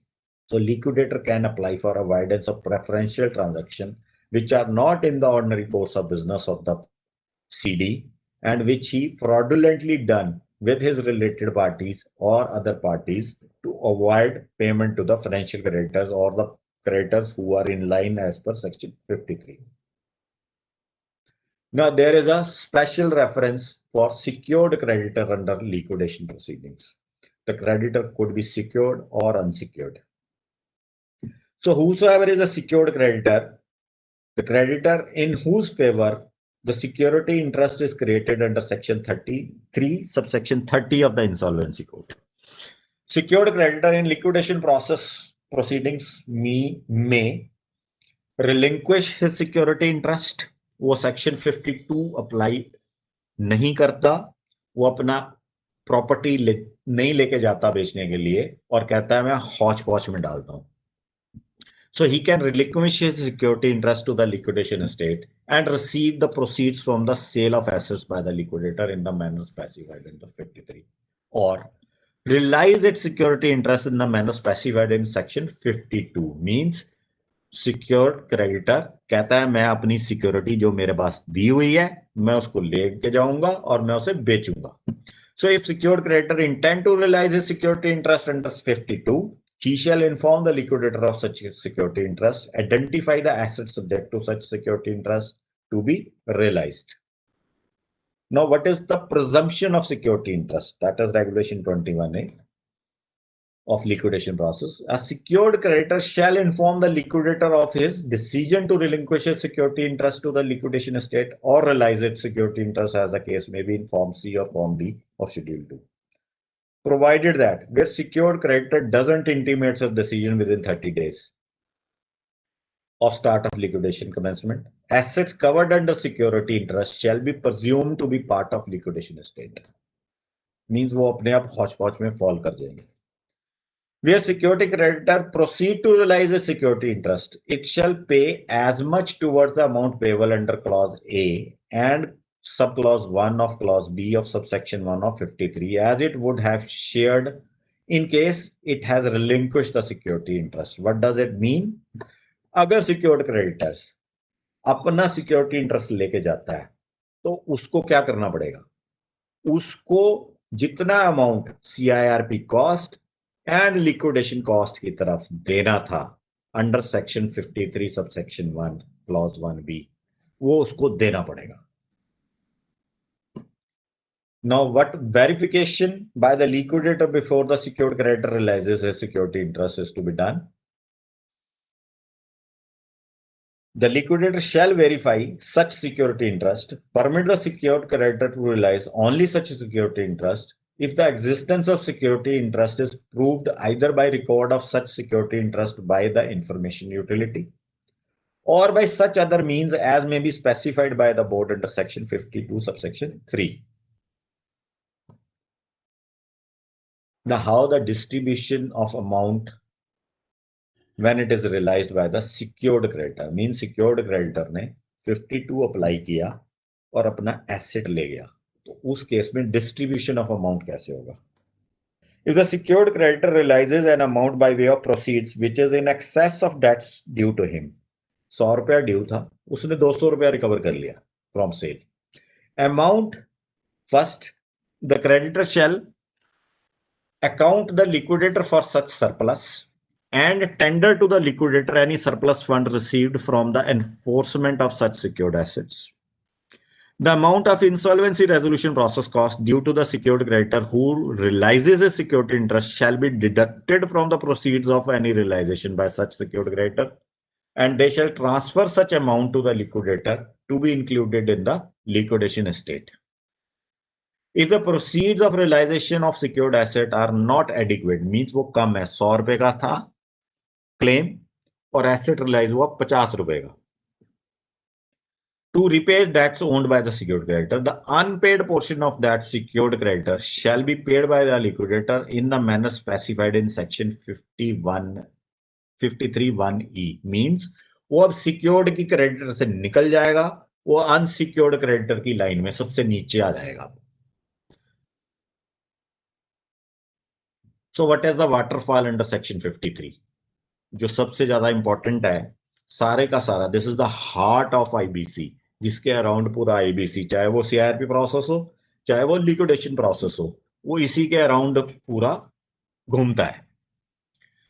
तो waterfall mechanism में payment कैसे होनी है?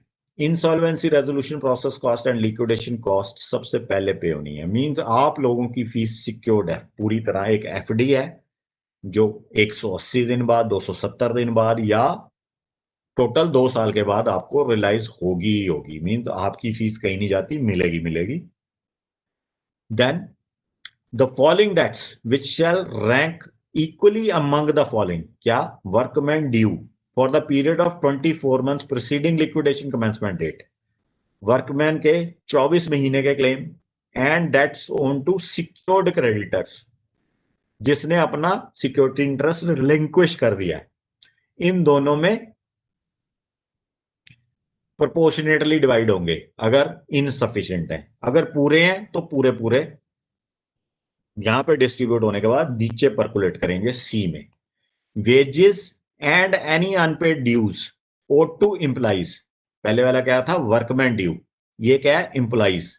तो workman due के बाद employees की बारी आती है. Other than the workman for a period of 12 months. जो वर्कर है उसको 24 महीने के, जो एम्प्लॉई है उसको 12 महीने के, वो भी सिक्योर्ड क्रेडिटर के बाद में.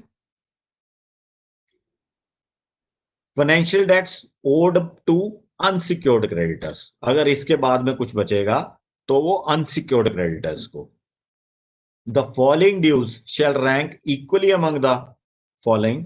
Any amount due to central government, state government, including amount to be received on account of Consolidated Fund of India or state in respect of whole or part, and that's owed to secured creditor for amount unpaid following enforcement of security interest. जो उसने realise कर लिया था, बाकी का amount बचा था, वो अब अनसिक्योर्ड हो गया. अनसिक्योर्ड से भी नीचे वो सेंट्रल गवर्नमेंट के साथ में आ गया. तो central government, state government, any statutory authority, any tax authority will fall under section 53 subsection E में आके फॉल कर जाएगी वो. उसके बाद में कोई भी डेट्स रिमेन रह जाते हैं. किसी ने एडवांस दिया हुआ था सीडी को फॉर सप्लाई ऑफ गुड्स, वो यहां फॉल कर जाएगा. So any amount debts dues will be satisfied, then preference shareholders, then equity shareholders. So this is the waterfall mechanism, how the money will flow down from the realization of liquidation estate. Bank account in liquidation. So liquidator shall open a bank account in the name of CD, followed by words in liquidation in a scheduled bank for all receipts of all monies due to the CD. Liquidator shall deposit in bank account opened under sub-regulation 1 all monies including checks, demand drafts received by him as liquidator within not more than next working day. He should immediately deposit. Cash up to 1 lakh for petty expenses may be maintained up to 1 lakh. However, 5,000 से ऊपर वो किसी को इकट्ठी cash पे payments खर्चे नहीं कर सकता. 1 लाख रुपए तक का petty expense he can maintain for the cash. All payments by cheque और online is to be made. जो भी 5,000 रुपए से ऊपर पेमेंट होनी है, that should be only through cheque और ऑनलाइन. Distribution of assets. तो सारी की सारी डिस्ट्रीब्यूशन अकॉर्डिंग टू 53 होनी चाहिए. कोई भी एक्ट, लॉ, पार्लियामेंट का पास्ट, स्टेट लेजिस्लेचर का पास 53 को ओवरराइड नहीं करेगा। 53 सबको ओवरराइड कर रहा है।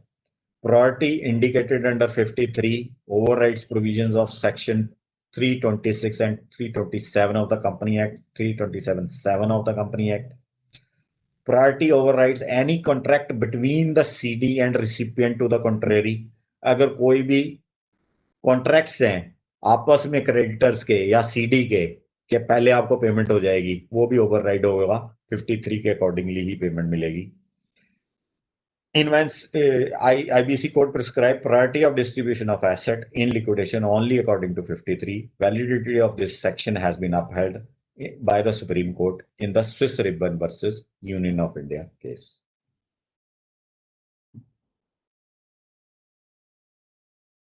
So how the distribution of cash happens to the stakeholders? Subject to provision of 53, liquidator shall not commence distribution before the list of stakeholders of the S and asset memorandum has been filed with AA under regulation 42(1).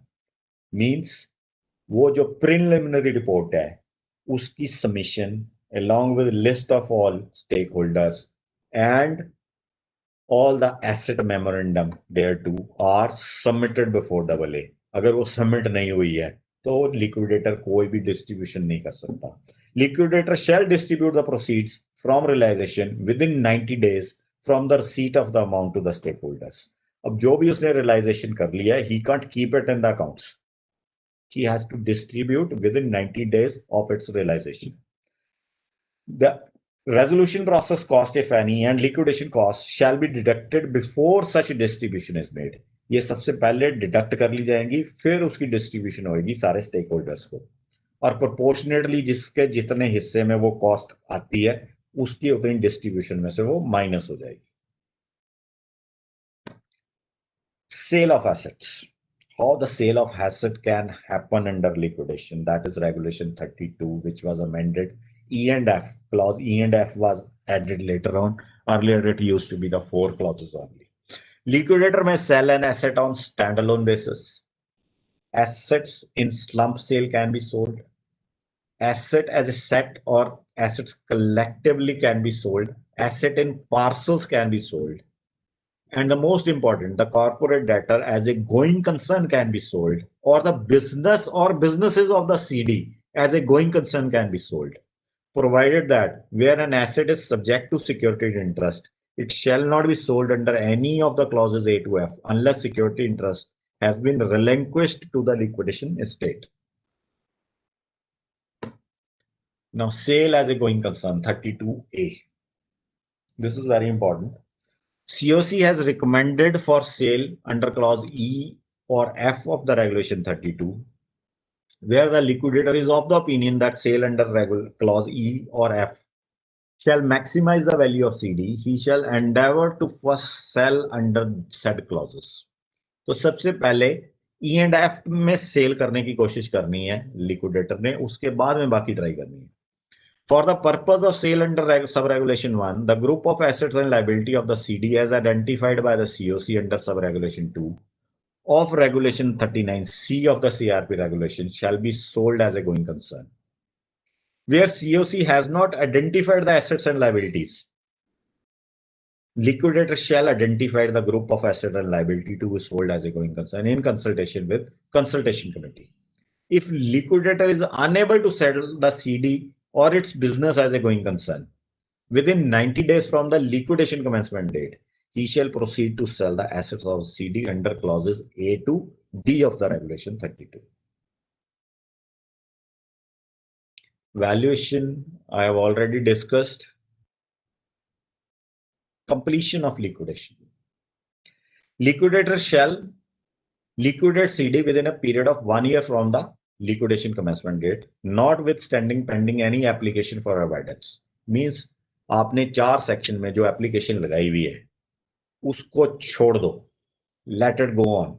You complete your liquidation process. You sell the assets of the CD irrespective of that application. Where the sale is attempted under sub-regulation 1 of 32A, liquidation process may take an additional period of 90 days. जहां पे अब आपके पास दो तरह के 90 days आ गए. एक section 230 के अंडर आपने अटेम्प्ट किया कॉम्प्रोमाइज का 90 डेज और वो नहीं हुआ, वो 90 डेज आपकी एक साल में से निकाल दिए जाएंगे. Then you attempted under 32A1 as a going concern and you failed in that, then again 90 days will be taken out. So 180 days can be taken out and then 1 year period can commence. If the liquidator fails to liquidate the CD within 1 year, he shall make an application to AA to continue such liquidation along with the report explaining why the liquidation has not been completed and specifying the additional time he will be required to liquidate such CD. Final report. Liquidator shall submit under Regulation 45 an application along with filer report and compliance certificate in Form H to the adjudicating authority. Form H में उसने सारा कुछ बताना है किस किस date पे उसने क्या क्या किया, क्या टाइम शेड्यूल था, how he adhered to that and what he did under liquidation. Closure of liquidation process of CD where the CD is sold as a going concern or dissolution of CD in case not covered under clause A.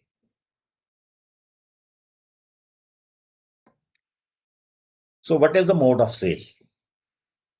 That is specified in Schedule 1.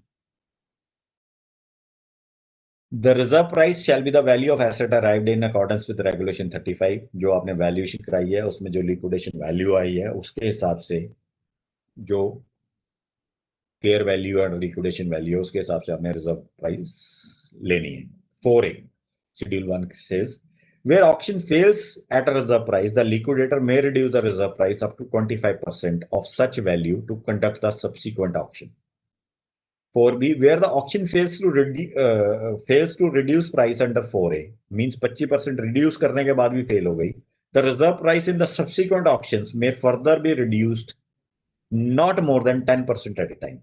तो 25% reduce करने के बाद वो 10% करके फिर reduce कर सकता है in subsequent auctions if he fails to auction the property or estate. Regulation 12 under Schedule 1. On the close of auction, the highest bidder shall be invited to provide the balance sale consideration within 90 days from the date of such demand. Earlier, it used to be 30 days, which was increased to 90 days. Provided that payment made after 30 days shall attract interest of 12%. Means अगर वो 30 दिन से ज्यादा 90 दिन का time ले रहा है तो बाकी के 60 डेज के पीरियड के लिए वो 12% इंटरेस्ट भी प्रोवाइड करेगा.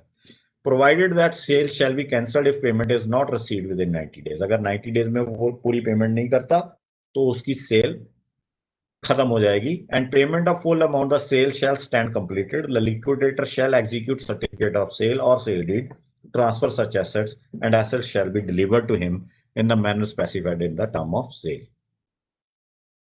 Once everything is sold and distributed, then an application before NCLT after the assets are for winding up. After the affairs of CD has been completely wound up, assets are completely liquidated.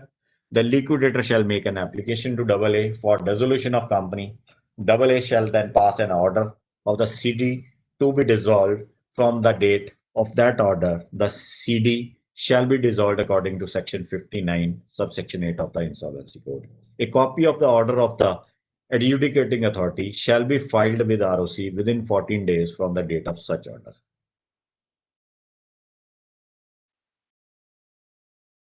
So I think so I deliberated on most of the things. Yeah, Pooja ji. Any questions? Yes, before that, we can take a question answer. I will request Pooja Maheshwari ji to take up the question answer as well as any question in chat box. Yes, please. Yes, sir. Actually, sir, Atul Puri, he has asked some questions, but which are very well already replied by Pooja Trika ma'am through question answers box. So shall I read those questions? No need. We can unmute him so that if he has something to ask more, we can unmute him if you think proper. Yes, sir. Kindly unmute Atul Puri ji.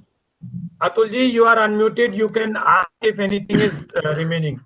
Thank you, sir. Good evening, Pooja ji. Good evening, Benji and Sanjay Good ji, evening, as sir. always. अच्छा sir, मेरे 3-4 question थे। एक तो ये था कि जो 1 करोड़ की लिमिट उन्होंने कही है कि टू अप्लाई, तो can collectively 3 or 4 people can also make that application, or it is No. each creditor No, sir. It is individually only. individually? That means 3-4 आदमी बिल्कुल उसको नहीं अप्लाई कर नहीं कर सकते। नहीं। अच्छा, दूसरा, जब ये रियल एस्टेट कोई है, हाँ जी। तो रियल एस्टेट कैसे कन्वेंस डीड साइन होगी? Who will sign it? In liquidation? जी। In liquidation, liquidator takes control and liquidator has to sign that. So is there an order to that effect for the registration authority to allow the sale to? Yes, that the liquidation order is to be provided to the registering authority, Registrar. the Tahsildar. जी। What we normally do, once we create a liquidation estate, we send a copy of the orders and we tell the Tahsildar to append our signatures Okay. in place. So that when the liquidator signs it, Yes. okay. And what is the status and role of the statutory auditors? Statutory auditors, yeah. The moment the liquidation order is passed, the statutory auditors are relieved from their duty as a statutory auditor of the CD. Mhm. Under liquidation, the liquidator has to get his receipt and payment account only to be audited. Mhm. So the liquidator appoints an auditor for the audit of receipt and payment of account. Can he appoint the same auditors, or he has a choice He to can appoint appoint somebody? the same auditor or he can appoint a fresh auditor. And what about the period till the insolvency proceedings or the liquidation proceedings started? What about the audit of that portion?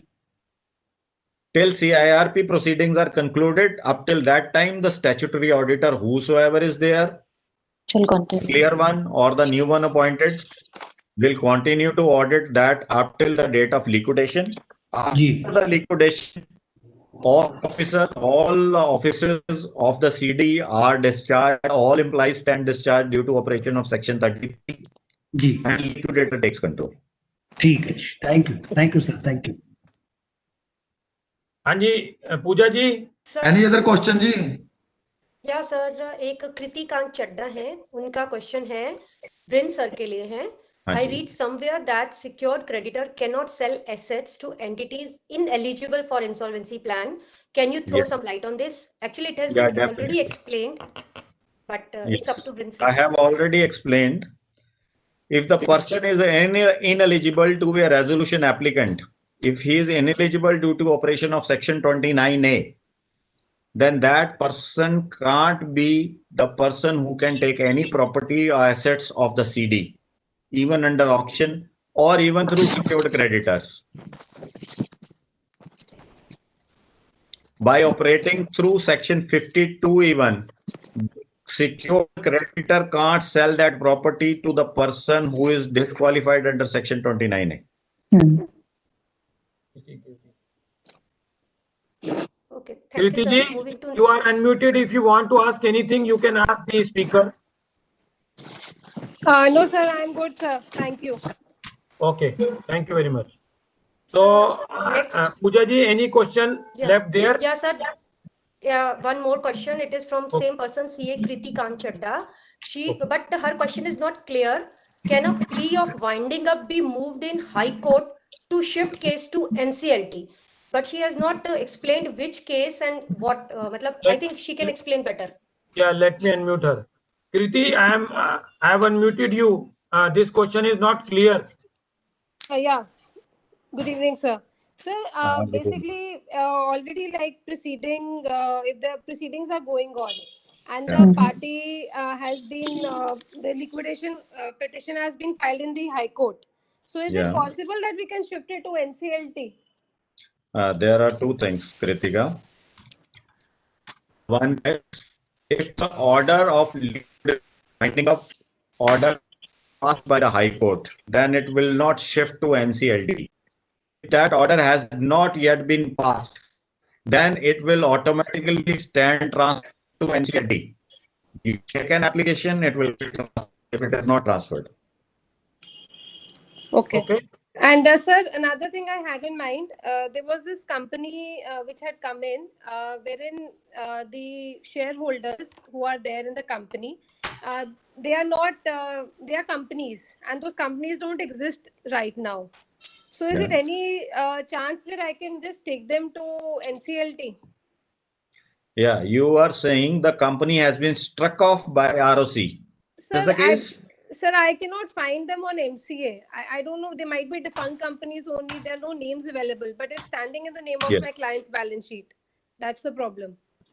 Yeah. The thing is, the company should be incorporated company under Companies Act, even though it is struck off.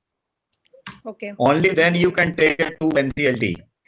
If it is an illegal company, if it is an illegal company or a foreign company which is not registered under 1956 or 2013 Act, even it can under Companies Act then, not under IBC or NCLT.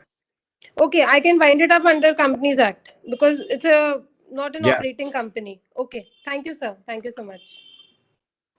So Anything now else, the last, Pooja Maheshwari ji? yeah, Anything last else? question is from Sir Atul Puri. The adjudicant the AA can or not questions the actions of the liquidator. Means he want to ask the adjudicating authority can answer actions can object over the actions of liquidator. Yes or no? Means he want to ask. He is trying to challenge the power of the lordships. Yes, sir. Liquidator or RP is only an extended arm of the court. Means I am acting on behalf of AA only. I am extended arm of NCLT. So I am totally under control of NCLT. None of the civil courts in India, even Supreme Court of India or High Court, can interfere directly into the orders. So any of the civil courts, session courts, or high courts don't have jurisdiction even to get into the NCLT, NCLAT, and Supreme Court. So that is the jurisdiction. So they can always challenge the actions if you are not doing your duty diligently or properly. Any application is filed against you or on suo motu basis, they can take action against liquidator or CIRP person, RP, and refer that matter for further to IBBI for professional misconduct also. Yeah. Sir, Varun ji, last question is there. हाँ, तो अशोक झा साहब कह रहे हैं, एक minute पूजा जी आप question पूछ लीजिए कौन सा, फिर मैं देखता हूँ. Okay, sir. The next question is from Mr. ML Garg.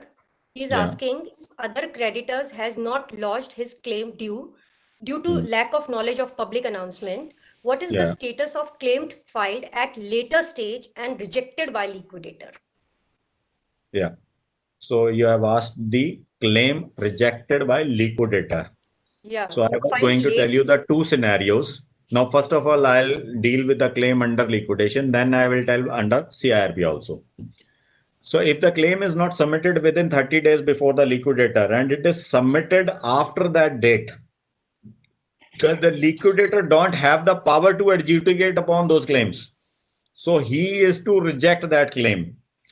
He will reject that claim. Then within 14 days, under section 42, you have to apply to the NCLT for adjudicating on that claim. Then NCLT will pass a speaking order either to accept that claim by the liquidator or reject that claim if there is no merit in that.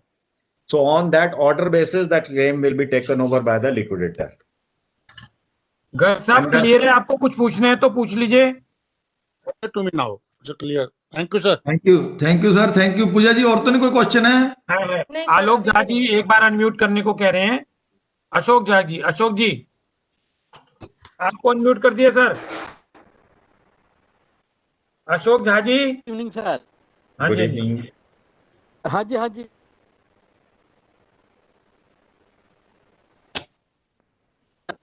Good evening जी. Sir question पूछिए अपना. हाँ जी sir, question पूछिए. You are Audible.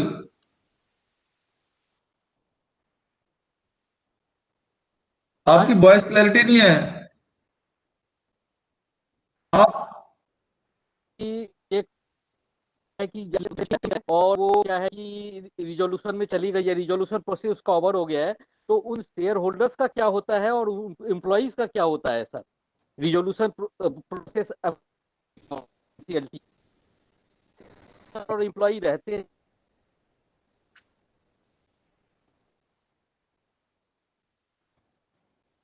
What I can understand from the cracking voice, he is trying to ask if a resolution plan is passed, what will happen to the existing shareholders and the employees of the company? Right, sir, Fine. right. So this is the question what I can understand. Right. Yeah. So if the resolution plan is passed, if there is a liquidation value flowing to the shareholders, Okay. what I'm saying, under section 53, the liquidation value is still flowing to shareholders, then those shareholders will survive. Else, those shareholders, no value will be falling up to them, and those shares will be either extinguished by the resolution applicant under the resolution plan, or it will be transferred in the name of resolution applicant as per the resolution plan provisions. Okay. That is what normally a plan suggests. The implies normally all the employees of a going concern are taken by the resolution applicant to run that company. Right, sir. So I am contesting one case very hotly at various forums right now, AT as well as NCLT, where the resolution applicant is providing to take out all the employees, means he is going to discharge all the employees under resolution plan, which is not possible. That is a case of standard Strandborn, I think so. That was a government company of West Bengal, where the resolution plan of the government of India proposed to discharge all the employees. So that was not allowed. One more thing, not allowed as per that will not pass the muster of section 30 subsection 2. Oh, right, sir. So they have to keep them for some time. Yeah. Yes. At least for some time. And one more thing, sir. Can the resolution applicant take back his resolution plan because of delay in approval of plan? It is taking some time, 1 year, 2 years. So the value is eroded. So can he take back the resolution plan? The resolution plan can be taken back. This is a very serious issue. Actually, that is what we people are facing now, day and out before NCLT. The code is silent. Regulations are silent on this issue. What courts are taking view right now, if there is a total change in circumstances or there is a misstatement in the IM by the RP. So there can be two kind of situations. The situation due to COVID or situation due to a flux of time changed substantially, means the liquidation value, it was supposed to be 100 rupees on the date of resolution plan. Due to a flux of time, it has changed to 1 rupee only. He is able to prove that the plan can be taken back. Or another situation can be, in the IM, the resolution professional provided the wrong information or misleading information, and he is able to justify that it was a misleading or untrue information on the basis of which he prepared a resolution plan. Then he can take out his resolution plan. But sir, resolution professional has given the correct figures and everything is correct, but due to this, he was not knowing that COVID will happen and the valuation has eroded a little bit. But resolution applicant is saying that I want to withdraw. So NCLT has given the order. What are the corporate debtors right or COC right? Can they go to High Court or NCLT, sir? Yes. I tell you what are the consequences. The consequences are very disastrous for that resolution applicant. Once he under resolution plan is supposed to give the security deposit first of all, or security guarantee, that will be forfeited first of all. Second thing, he will become ineligible under section 29A. Further on, he can't put any resolution plan in any of the companies under CIRP. Third thing, under section 74 or 79, he will be prosecuted. He can be prosecuted over there.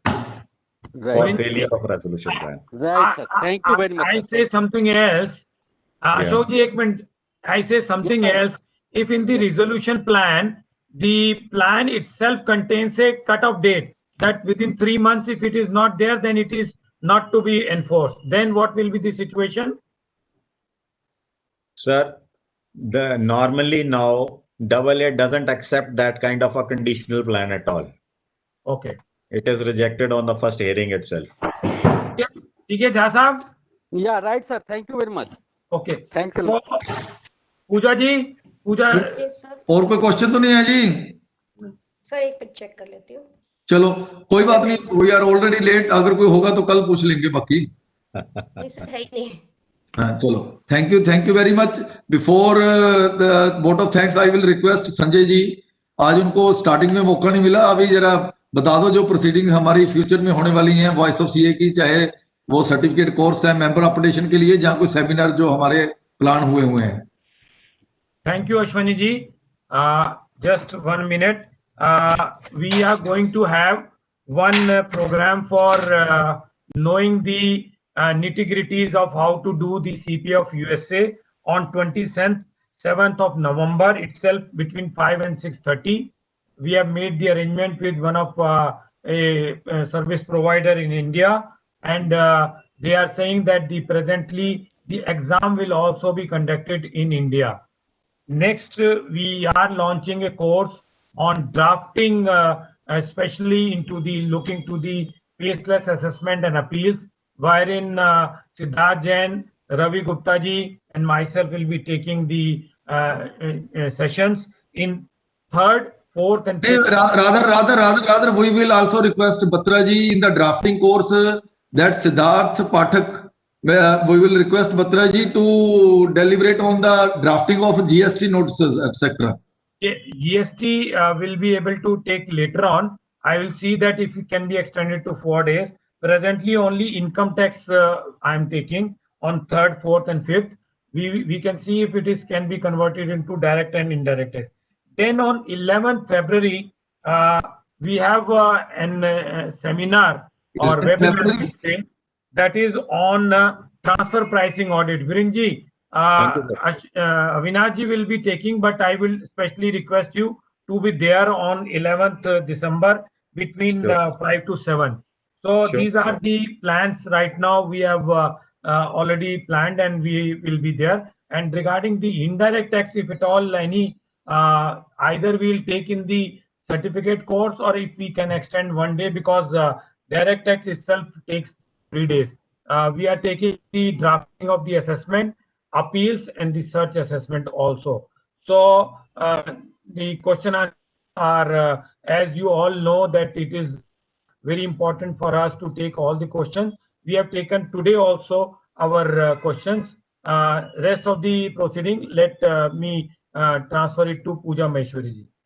Pooja ji, kindly propose formal vote of thanks. Thank you, sir. Thank you for giving me an opportunity to extend vote of thanks on this second day of certificate course of IBC. I would like to thank our speakers. First one, CA Pooja Trikha, who has covered section 1 to 32 of IBC in a very, she has imparted her specialized knowledge of IBC in a very interesting way. Second session was taken by CA Krishna Vrinjanji, who has delivered his expert knowledge on the liquidation of companies as per IBC code, rules and regulation under IBC. Sir, we are very enlightened with your knowledge and presence. We are very thankful to our Honorable President CA Sanjay Ji Agarwal, the founder of Voice of CA, and as well as Shri Ashwini Ji Jindal, Secretary, for organizing such wonderful program. And we are thankful to my all fellow members who have attended this webinar. And tomorrow's session will be taken by CA Ashish Ji Makhija, who will deliver his expert knowledge in individual insolvency. So looking forward to see you in tomorrow's webinar. Thank you. Rather in tomorrow session, day 3. एक second, विवेक खेत्रपाल जी कुछ पूछ रहे हैं. विवेक जी आप unmuted है, please पूछ लीजिए last question. Sir मेरा क्वेश्चन नहीं है, मेरा सिर्फ ये था कि मैं आपको मुबारकबाद देना चाहता हूँ इतना बढ़िया सेशन कंडक्ट करने के लिए फॉर फर्स्ट 2 days. एंड उम्मीद है कि कल का सेशन भी बहुत बढ़िया होने वाला है. Thank you. बिल्कुल सर, बिल्कुल कल का सर बिल्कुल बढ़िया होगा. आशीष मुखीजा जी हमारे वो भी बड़े तगड़े ब्रांड हैं. रादर आईबीसी में he is the one who is always attached with the board. जो इंसॉल्वेंसी बोर्ड है उसमें बड़ी डीपली अटैच्ड है वो. चाहे वो क्वेश्चन आंसर जितने भी आपके एग्जाम क्रैक करने के लिए या और पेपर सेटअप करने के लिए वो ऑलरेडी उसमें बोर्ड में अटैच्ड है and he is expert already practising in the honourable High Court as well as Supreme Court. Now in the IBC he is taking lead from USA. He is taking all the proceeding, attending all the proceedings of the high courts as well as IBC, NCLT. So tomorrow session will also be very grateful. Rather, it will be helpful for the members, participants to crack the exams. How to crack the exams of IBC. तो ये सारी हमारी proceedings है. I am thankful to all the members जो हमारे participants हैं. आज भी हमारे participant काफी अच्छे नंबर में थे to attend the program.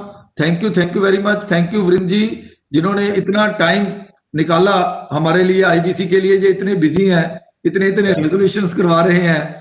Thank you sir. Thank you very much. I request the control room to kindly close the proceeding and request all the attendees to be on time tomorrow so that we can listen Ashish Mukhija ji for whole of the time, 2.5 hours. Thank you. Sanjay ji. Thank you. Stay safe, stay healthy. Thank you very much. Thank you. हाँ जी शशि जी.